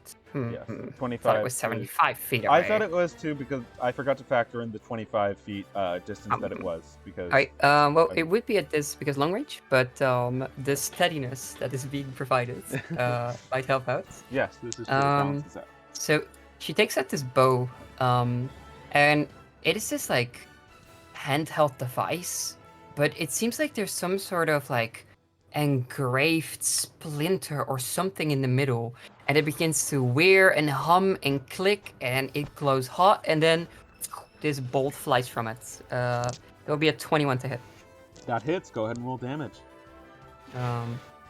20 damage. I rolled a nat 1 on the damage, so that's only 5. That's fine. That kills it. You sink this bolt into the back of this goblin as it's running away, and it just sort of falls to the ground. Sequoia just goes, "Got it! Wait, this isn't a cave yet. Were these the right goblins?" All right. Straladar is gonna look at the pot and is gonna say, "Oh, we forgot to say it's braining. Braining, braining." Oh yeah, I grade that goblin real good. No, I think he's in pain. All right. So do you continue heading forward? Yeah. I mean, as in typical D&D fashion, we loot their corpses. Okay. Yeah, totally. If you want to do that. Sequoia loves stuff. They have stuff on them. Oh, they do. Goblins are known for stealing just sort of shiny things. Oh yeah, So they are. you're able to find things like I assume you loot the one closest to you first. Yeah, sure. You're able to find a couple sort of copper pieces, mostly like buttons, like for coats. You find some like zippers, things like that. Sequoia like excitedly picks up one of the buttons and one of the zippers and like starts like dragging them with her and tossing them into like the saddlebag that's already like overloaded on like Aran there. Right. Yeah, sure. You do that. She totally ignores the coppers and stuff, but she throws all the other things in there. If anyone else wants to take it, you get about 12 copper from that. Can you open like a character inventory, like a party loot sheet, so I can just write down handout? So Yeah, we don't have the problem of someone just having all of it and Hoarding then all getting the loot. salty when you asked for it. Yeah. That Sounds weirdly specific, Gibbo. Yeah. Yeah. What are Do you have talking anything you Yeah, want to but, vent about? All right. Something very specific. Can you all see it? Can we edit it? Yes. We earned honorably 12 whole coppers by That's good. murdering 2 gobos in self-defense. Gobos. Goblinos. Bingus.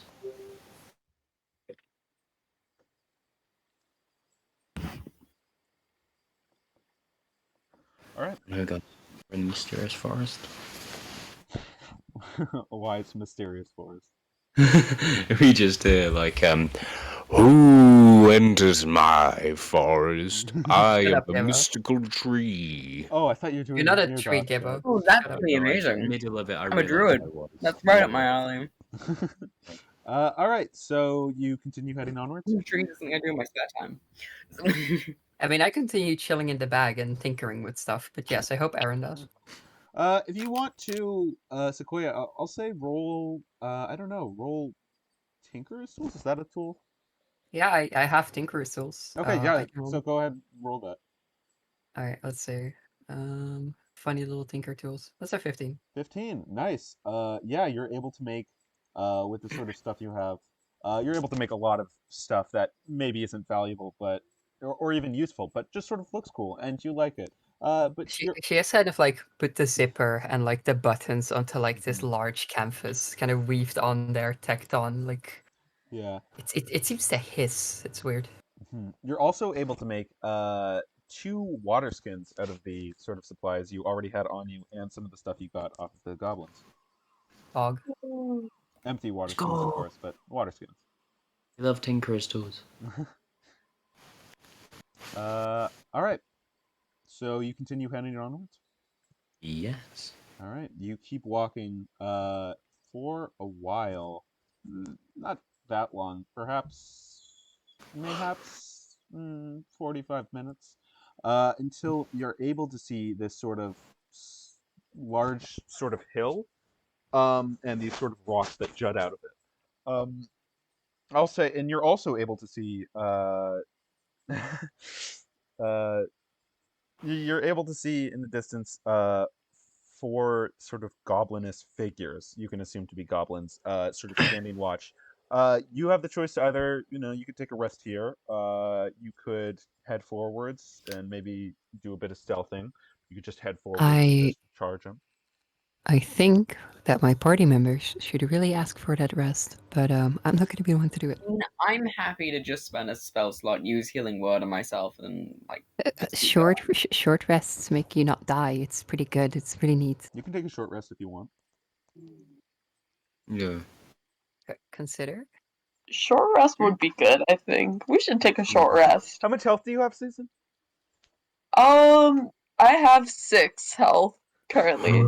Oh, it's Look fine. It's fine. How do you even have 6 health left? Jesus, you're donkey. He's gonna just look and say, Susan, you look like you have been very damaged. As he looks at your arrow wounds, Yeah, I guess you could say that.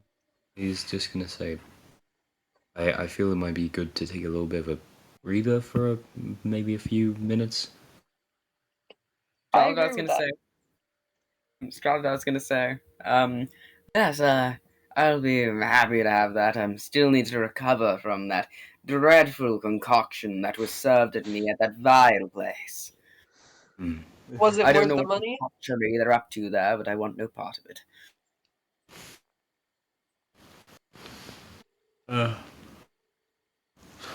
As he's gonna sit down, enjoy his rest. Let me just check something. All right, so yeah, you guys all take a short rest. Is anyone gonna keep watch during this? I'll Ooh. keep watch. Be fine I mean, with keeping someone watch. here I has feel alert, like right? I would have been. I'm always keeping watch. I Yeah, love you're feet and all always, that. of course, alert feet. You're always up and at You 'em. know, horrible thing. I sleep with one eye closed. I sleep with one eye open, and that eye hurts eternally. And your alertness is constantly being pestered by Sequoia. It's like, look at this thing I made. Look at this, and then she's holding up something that looks fakely like a face with 2 little No, buttons on it, it's and like like a you know zipper how mode. like you play like Five Nights at Freddy's, where it's like just like this, like you're just yes. fucking always looking around, like. All right. Yeah. Sure. So you're staying. You're keeping watch then. Yes. Okay. Just roll me a perception check then. Perception. 8. 8. You don't notice anything. Okay, wonderful. Yeah, so he's like looking around, but I'm guessing Sequoia has a really interesting thing she needed to show him. Yeah. It seems to be weaved, but it looks smooth in a way. It's got these 2 little button eyes on it, and it has a little zipper mouth. And she's kind of holding up, and she's like, "Does this inspire dread and awe? Just a little bit of dread and awe. Actually, no, like a lot of dread and awe, like a big amount of dread and awe." Yeah, a lot of dreadnought. And she kind of fist bumps, and then she like goes, He like "Then puts it's working." his fist out. And it's really vague. She keeps talking about this big, dreadful, great thing, but she never shows you anything. She just shows you these weird little trinkets. Brilliant. As he's just gonna enjoy life. All right. I love when Yenny plays artificers. Truly. The difference between some people, like I can't play an artificer. I don't have the energy, but like. Yeah, they are very high energy. Actually, it's pronounced artificer. Oh, shut up. Okay. I like how like we have all universally, like actually most people have universally agreed it's artificer. Yet like it is artificer. It's like. I mean, Sequoia pronounces it artificer if anyone ever asks. After all, it's artifice. I love you so She much. practices artifice. Again. She's an artifices, guys. Yeah. All right. What happens? The short rest sort of goes on without too much excitement. You guys see a couple of deer sort of run by. things like that. Some rabbits. Seems like a pretty lively forest. But other than that, the short rest is over. Ah, and the trees aren't speaking Vietnamese at all, or like anything else. They are not. So, oh yeah. Wait, What? actually, I'm pretty sure I speak Goblin. There's no Elvish, way. There is no fucking. Common, Elvish, and Goblin is what I had planned. Let's take a look. Language. Yeah, it's in there. Nice. So I do it? Sequoia Like, I wants to actually be put it like, in there? Thank God I so, wrote it down. who Or that speaks was Goblin? so bullshit. I Yes. actually did put Goblin. That's good. You did. I'm pretty. Yeah, I just thought, like, what's a weird goofy language? Like, I knew he would know Elvish and Common. Gotta This have Like, when weird I'm Goblin. like, druid what's just a weird knows goofy one? I Goblin. don't need another language. Why not just have Goblin? I'm sure it will never come up, but it's fun to have. Never mind. So wait, but the last thing you guys said was let's kill them. So Sequoia kind of turns to Aran. It's just like, all right, locked and loaded, and she kind of taps Thank like you the for glowing reminding me, Jenny. crossbow. That will bring Straladar to his next topic. You'll go to what's your name? What's your character's name, Gibbo? Aran. Aram. He'll turn to Aram and say, "Well, you know how he said a less violent solution would be more, well, just nicer for everyone involved. Well, in my time in the seclusion, I decided it would be fun to just learn some of their culture and language, and I so happen to know their language. So I was thinking maybe I should lead the conversation on this one." Yes, probably best. He looks and says, "I'm not really a talker." Hmm. It's called pretty privilege. Most people who look good often end up not needing to talk much. Like smiles and says, "Oh, I'm pretty." As he kind of looks. You lucky bastard. And he just side eyes you. he like puts his hand on his like smooth cheek, and it's just like he smirks. As he's just gonna like set the back foot and just yawn a bit.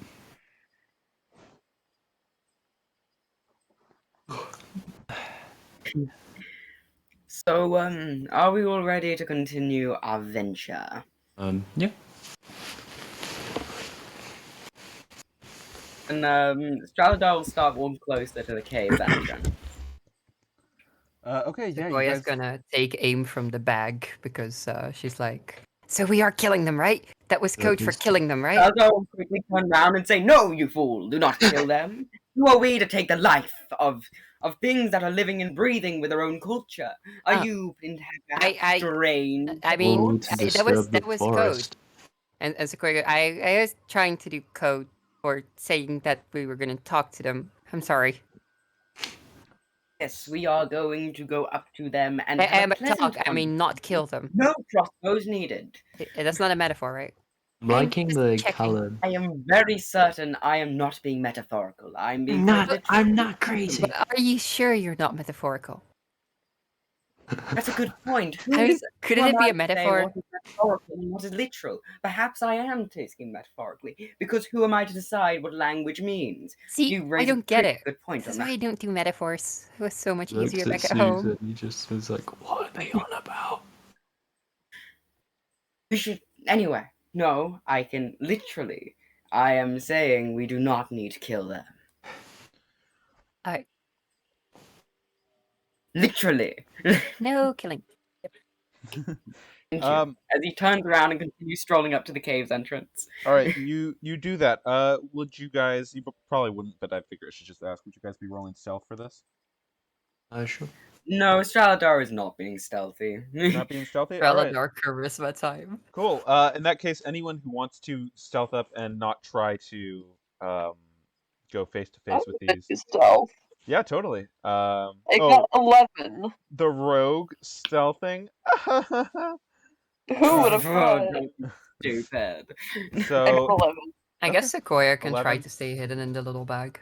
sure, I'll say whatever Nat Aran 1. rolls, you'll have Yeah, okay. because it's not Okay. like. I rolled a funny little net one, so she's probably making noise in the bag. All right. Huh. Oh damn. Straladar, when walking up, just in case they immediately take them as a threat and try and attack them like they did back of the road, he'll quickly pipe up in Goblin and say, "Do not fear, we are here on a peaceful premise to negotiate." You say this. The if you want to throw down your tokens, everyone. Yeah. Okay. Zoom out a little bit so I can see. There we go. I imagine Straladar will be at the front on this one. Yeah, definitely. So, Aran, are you rolling stealth on this though? No, he's kind of like trusting the process. All right. So Susan, you're stealthing though. Yes. All right. Yeah, you walk up. The goblins, the front goblins, are sort of noticing. They're like, "Hey, you speak goblin?" Yes, I believe so. As he says in Goblin still. You pinkskins are smarter than you look. Thanks, good. Well, I try. D100, D100. But I would prefer Yeah. non-derogatory terms when referring to me. I am not here to be insulted, but instead to talk. Oh, don't worry, it's not derogatory. I rolled an odd number. No, Okay. I'm kidding. I'm kidding. Yeah. He says, "What do you talk? What do you want to talk about? We're probably just gonna kill you and take your stuff." Well, I'm glad that you have honesty within yourselves. Philosophically speaking, having honesty with yourself and to the people around you can lead to much more healthy environments around you. It is quite nice. So, what we're here to talk about is we've been hired, well, what the person asked us to do specifically was to kill you. But we have no intent or no want or desire to. So instead, I would hope that we can come to some agreement where you can simply move, pretend that we killed you, and then we can all move on happily and living. All we would need is one of your dead bodies, of course. You see, this goblin, the right goblin, says, we'd have to talk to the priestess about it, but we could arrange that. Yeah, that sounds fine. We don't really want to incur the wrath of any major, big towns. And this goblin, he sort of turns to go walk. As he does, this one who's sort of perched on the top of this rock notices Susan and says, Great. "Wait, it's a trap." No. They did. Oh, no. I'll say they did roll a natural 20 perception. So Oh, no. natural 20 for DM doesn't always mean the greatest thing. Straladar will immediately be waving at the goblin like with his hands in the air. As he's just like, no, do not take this the wrong way. I do Can not I know just what they are drop doing. all my weapons?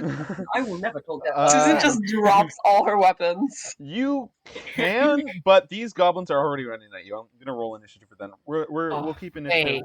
Oh, no checks. Oh, sadness. What? No checks. So sad. No checks. Natural 20 is pretty bad news, and these guys aren't the smartest either. We I were got a this close. 17. We were so close. Very close. They Oh. rolled a pretty good initiative too. Huh. 22? Oh, I'm keeping initiative for the other one. I guess yeah. We can just do another initiative. That's fine. Well, you shouldn't have cleared the initiative tracker then, Baku. I really should have, shouldn't I have? I'll just move this. I'll just move all the ones that don't matter down. So yeah, everyone roll initiative again. Again. I already have 11. Again. Okay, yeah. I got a 4. All right. Let me put the music back on. Well, I'll have to.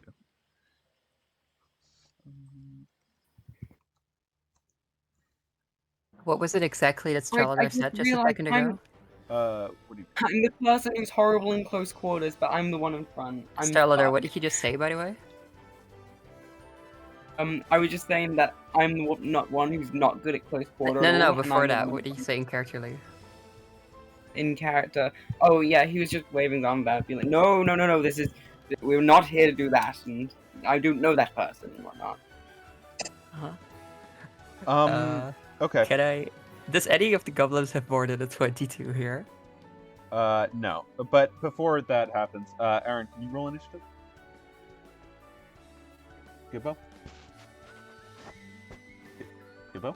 I don't Yeah. think they're there. Gibbo? Did Gibbo die? I think, yeah, Gibbo's not on camera. I think he died. Oh Cool, god. it's not- I'll just roll initiative for him real quick. I doubt he's beating the 20. I guess he left for a second. Yeah, it's fine. I'll just roll for him.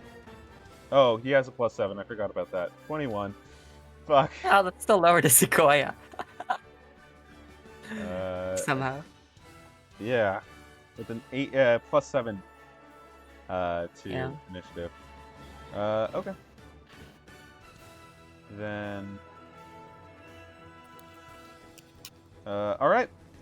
So, in that case, Sequoia, you're up first. What are you doing? Sequoia goes, You just say refrain from violence? And she pulls out her crossbow and shoots at the goblin. Which goblin? Maybe I Straladar have to be more freaked out, specific than that. The one that shouted out after Straladar said, That's fine. no. Okay, And she's yeah. like, I know that code. I remember this one. And she shoots at. Roll to hit. Let's see. Funny little crossbow. That's a 16. Hits. Go ahead and roll damage. That is funny. Oh, 8 piercing. Whoa, yeah. You take this thing out in one shot. Thud. It just falls to the fucking ground. It's this like, it's like this bolt that shoots out, and it's like glowing, and it kind of like gets bigger as it gets like further and further away. And when it reaches the goblin, it's like, that's a large crossbow bolt. How did that fit in there? Right. It's like this little trail of glitter as well. Okay. Is there anything else you do That's with so your turn? sly. Gibbo! She kind of like pops back into the bag, just kind of looking out there. Yeah, I'll just say Gibbo acts at the bottom of initiative this round. Cool. Just so that it doesn't fuck up too bad. Okay. In that case, it is the goblin's turn. This one is going to run. Oh no. I'm very terrified right now. Susan rolled a 4 on initiative.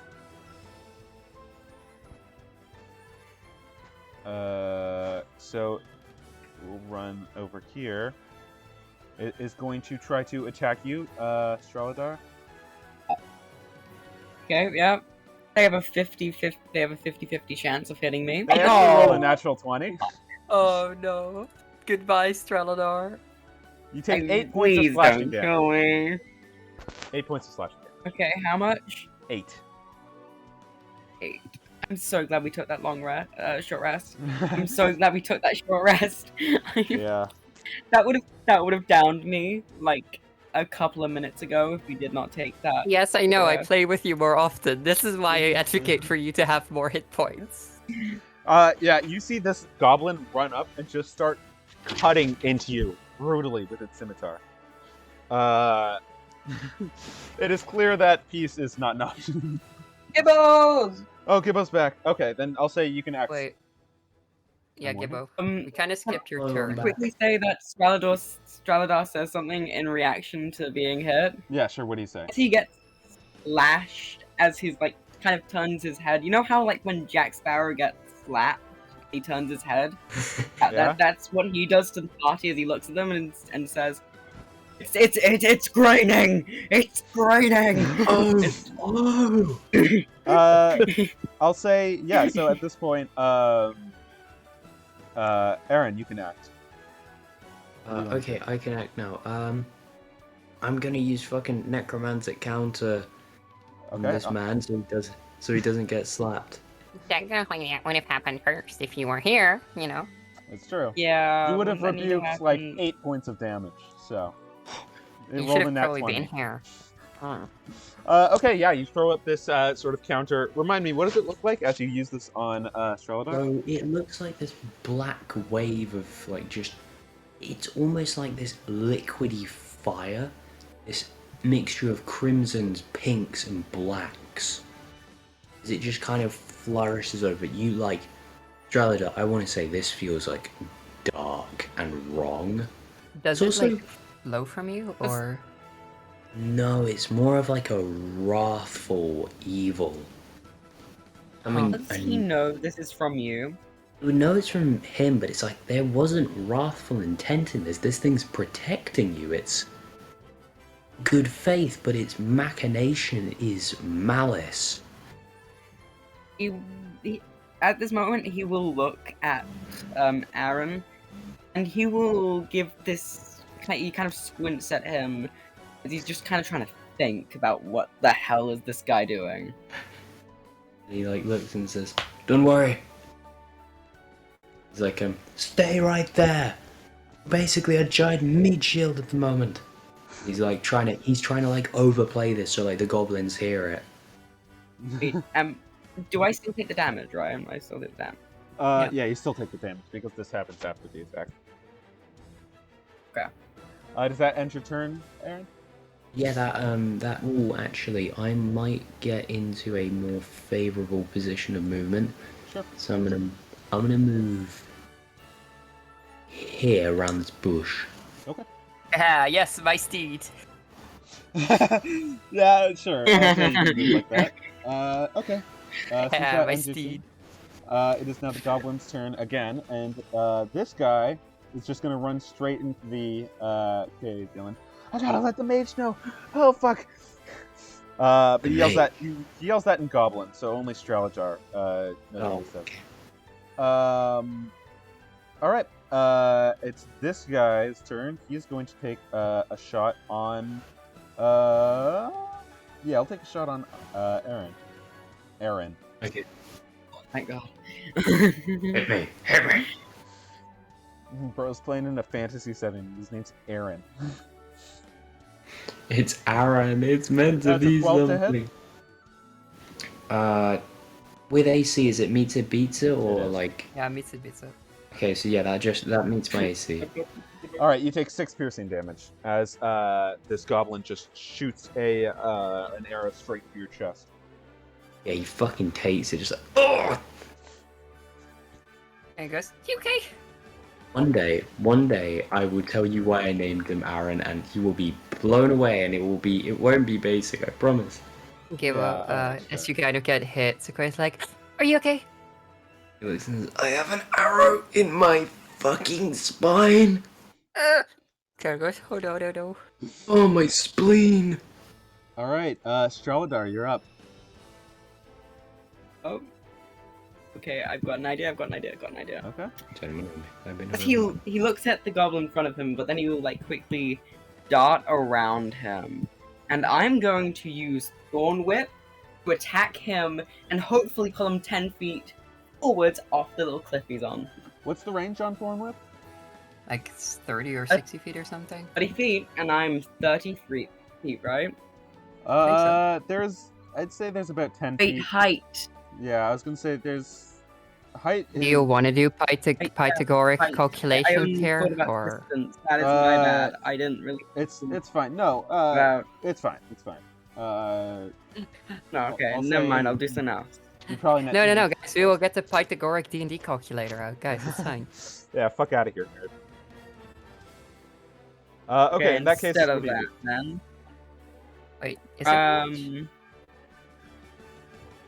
I mean, from here it's in range, right? If it's 30 feet, no. You know what? I'm yeah, Straladar's gonna hold on to hope. I'm gonna try and make a persuasion check and be like, this is not what we meant. None of us had any malintent here, and we Okay. just want to walk. As he's saying this in Goblin. Right. Considering that you've already killed, or someone has already killed a member of this sort of group, roll a persuasion check at disadvantage. Use a high. You guys are really killing my Riz right now. And the goblins as well. You're killing the goblins too.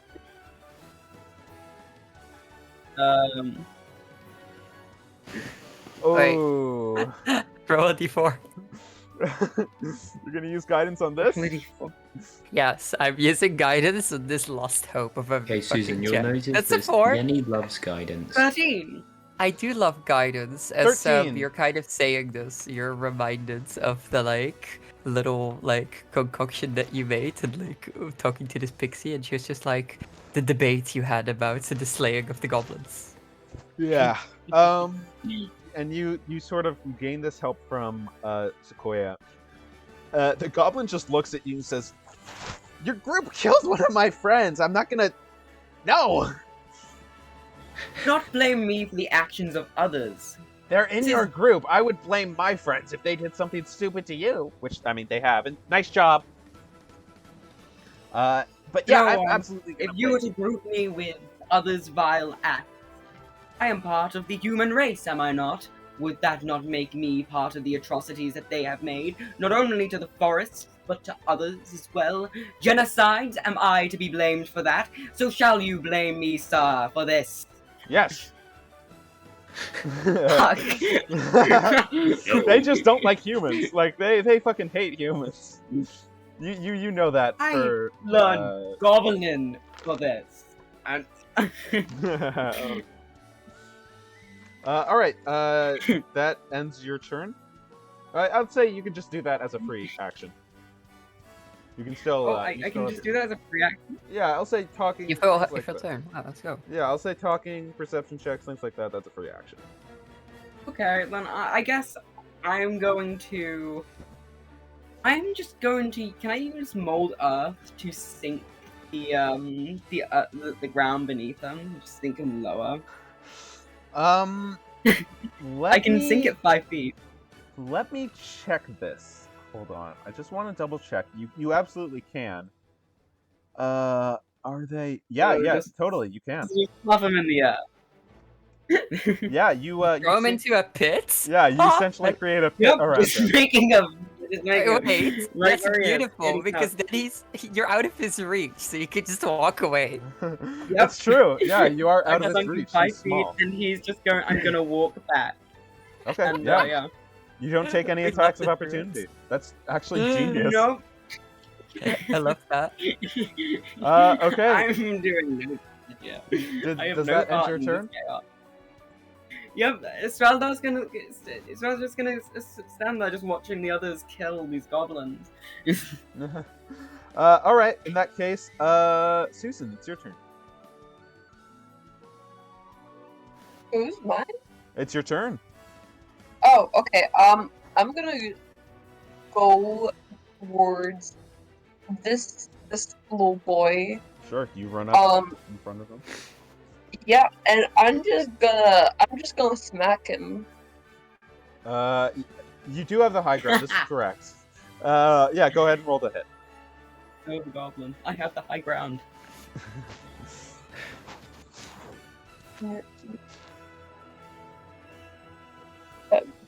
Add your modifiers. That's +2 +2. 14. That misses, unfortunately. He's somehow using this narrow pit to his advantage, sort of dodging out of the way of your sort of sinking your longsword into it. I didn't say I used my longsword. I said I was slapping him. Oh, this is an unarmed strike. Yes. It's still 14. That's still well. What's your strength? I guess it doesn't matter, but I'm just curious. +0. Okay, so it would be a 12 then. Yeah. Yeah, that still misses. Yeah, I assumed so. All right. Does that end your turn? I guess I'll can I move back a bit? Yeah, I'd say so. Okay, I'll move here. All right. That ends your turn. Yes. All right. It is now Sequoia. It's your turn. So one of the goblins ran away. Is he still inside? He is not. The cave over here is really dark. Alright. At least the entrance itself, so it's hard to see anything. There's a past there. goblin up there, so Sequoia's gonna try to grain that one. Sure. Go ahead and roll the hit. That is a 13. Misses. Alright. Just hits the rock under it. She kind of like turns to Aran and she's like, "Stop moving so much. I had that one." You can see his, was it like vibrating body as he's just like, I'm trying my hardest. You're shaking too much. Speaking of which, Aran, it's your turn. Okay, cool. He's gonna like look at this, and he's gonna. You see this like just. He puts out his hand as the veins begin to they begin to glow. Actually, I would like this goblin to make a Constitution save. Yeah, sure, totally. Oh, fuck, Ray is sickness, nice. As he puts out this hand and this weird greyish. Well, first make a attack roll, actually. That's true. Isn't it a? Attack roll, yeah. And then a Damn, I save. didn't. How you know all about this of D&D? It's like Because this is the worst spell in D&D, Gibbo. It's the worst spell in D&D, that's why I know. really. Now, I like roll a this. d20 to see if it hits first. Is it Yeah. my spell modifier too? Yes. Yeah, you roll a spell, so a d20 at That your hits? Yep, 17. 17. So how much Now it damage makes does a it do? save. Well, now it makes a con save. If it succeeds, does it take half damage? It always takes the damage, but on a failed save, it is also poisoned. So you're hitting this one? Yeah. Yeah, you hit it with 12 points of damage, and it just dies. Nice. The worst spell in the game, my ass. Yeah, it is without doubt. Also, it was Oh. in character. Gibbo, I It's a believe. cool spell. Like, you Gibbo- get bonus points. I believe that's a leveled spell, though, correct? Yes, it is. You see the sort of the necromantic counter drop on Straladar. Yes, it would. Yeah. As as the wave of power would just like wash away from him. Oh, he stopped Is, shaking. Huh. All right. Does that end your turn, or do you have any bonus action shenanigans? I believe that would he's just going to go to the entrance of the cave, looking at the other That's two, my and speed. he like looks at the other two and says, I think it might be best to just pass the ground around him. Maybe he won't be able to get out. Just dig a bit deeper without a ladder. No, like make a sandcastle, just like his neck, so just like. Does If that you just end your dig out turn, another 5 feet. Gibbo? Pardon? Does that end your turn? That's all I do. All right. It's now this goblin's turn. It's going to use. Well, it'll make an athletics check to try to get out, I believe. It's. I guess that would be sort of jumping. So yeah, athletics. It would be athletics. 15. I'd say yeah, it makes it. It jumps out of here, and it will. Yeah, it'll. Hold on. Let me just check this. Yeah, it's gonna run over here. It seems pretty intent on you guys not getting inside. But that ends its turn because it had to use its action to get out. Straladar, it's your turn. If it's trying to get over to them, I'm gonna move over to. I'm going to move over to like around here, and I'm going to spawn with them, so we can't get any close to these guys. Ooh, that's big. Yeah, go ahead and that's an attack roll, right? Yep, it's an attack roll. Roll to hit. 1 second, and then it should be my attack.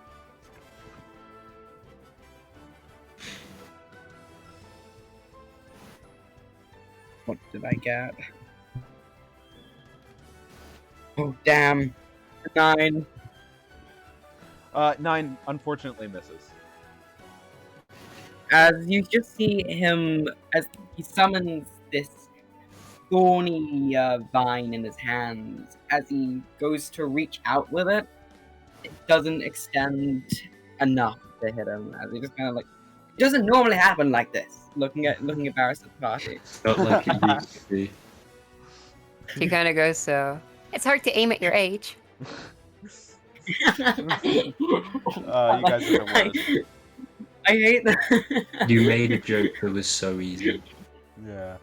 I'm laying a the pixie. metaphor. I can't not do it. All right, Susan, it's your turn. I'm going to go towards the goblin, the little scrunchy. Yeah, you can make it over there with your full movement. And I'm gonna use my short this time. You're gonna use your what? Short sword. Short sword? Okay, yeah, go and roll the hit. That hits. And a good and 19. So yeah, so that's 1d6 plus 2, I believe.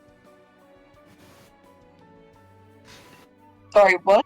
1d6 plus 2 is the damage. 7. 7 damage? Yeah, you slice this thing in half.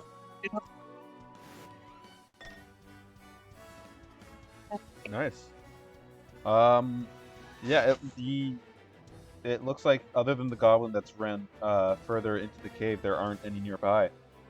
Do you guys want to head further into the cave? I would, but Gibbo, correct me if I'm wrong to say that your blood is infused with dark powers that lead to false lives and other such things.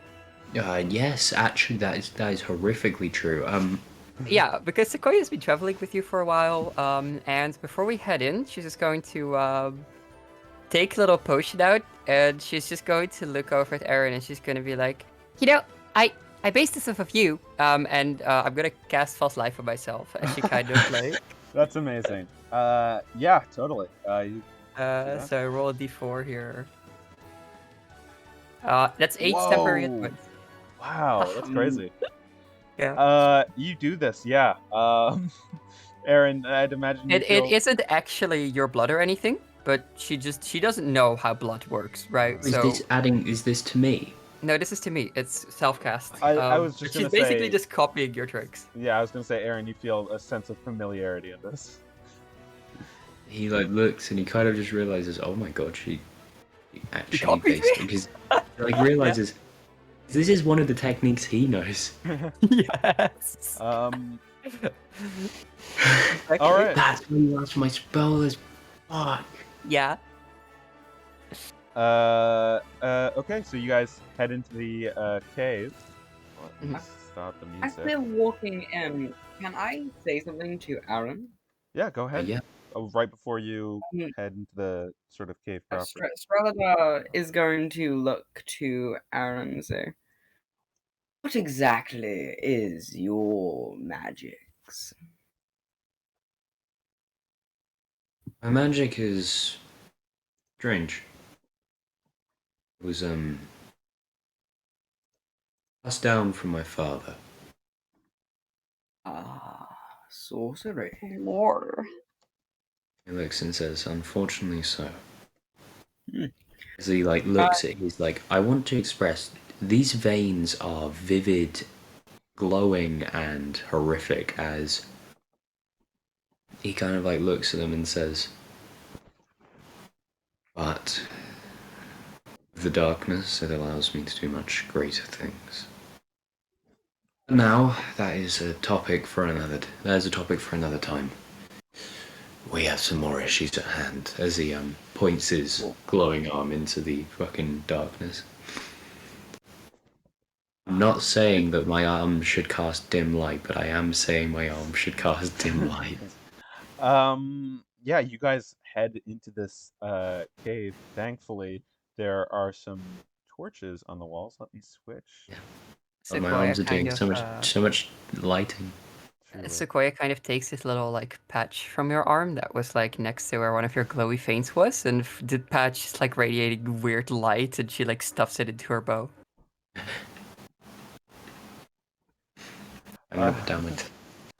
All right. Yeah, you guys enter. Ooh, what's the- it look like? Words. Right, What right. words? You can see the interior of this cave seems all natural, pretty much. You do see what look to be the skeletons of some humanoid creatures, perhaps, encased in what looks to be a net. And you see two of these sort of torches in the wall, but otherwise your path seems to branch out this way and this way. You don't see the goblin that entered here anywhere. Okay. I was gonna say as he looks to the corpses, It seems perhaps peacefulness may never was an option, as they have a track record of foul deeds. Maybe that puts the burden on us to stop more foul deeds in the future from happening. But then who says we have that right to decide what is a foul deed and what is not? Ah, I don't really know. I'm just, he's like, he's kind of going with the motions as you can hear the sound of like boom, boom, boom, boom, boom, boom, boom, boom. Are you alright? No, the magic, it has a kickback on me. Huh. Can I make a medicine check to see if there's anything I can grasp from this? Yeah, roll medicine. Actually, no. Roll Arcana. Arcana, okay, that's I can do that too, just not as well. Well, I guess we'll see. And Let's see what he gets. Natural 20. Should I say? You can say as much as you would like on a nat 20. Maybe be descriptive about it. You feel this dark, blackened blood as you put your hand on it. This is blood which is not his. It is blood that has been passed down, blood that has been transmuted and binded to some other body. It's like looking at someone who is human, but their origin is wrong, foul, and false. As if its progenitor was nothing but a beacon of an insult to life, and he is its progeny. Straladar will recoil from figuring this out. He The- steps back the for a glit- second, and then he will turn back to Aran and say, "No, my tutor considered sorcery a blessing from nature itself, seeing it as a gift to fill a purpose that is yet to be known. Yet your purpose, I wonder, what purpose could a blessing like this be for?" My blood was no blessing. My blood is blackened. My blood is wrong. My blood is not a gift. The glittery pixie on your bag just kind of goes, "Hey, don't talk down on yourself like that." He smiles and he says, "Oh, no. I just think you're mod." talented. Like an actual genuine smile comes across his face. As he looks and says, "Well, it seems we have two branching paths." Yes. You look ahead. You see these two paths that go deeper into the cave, and that's where we'll end the session. I'll say. Nice. I'll call it Darn here. you, Bago.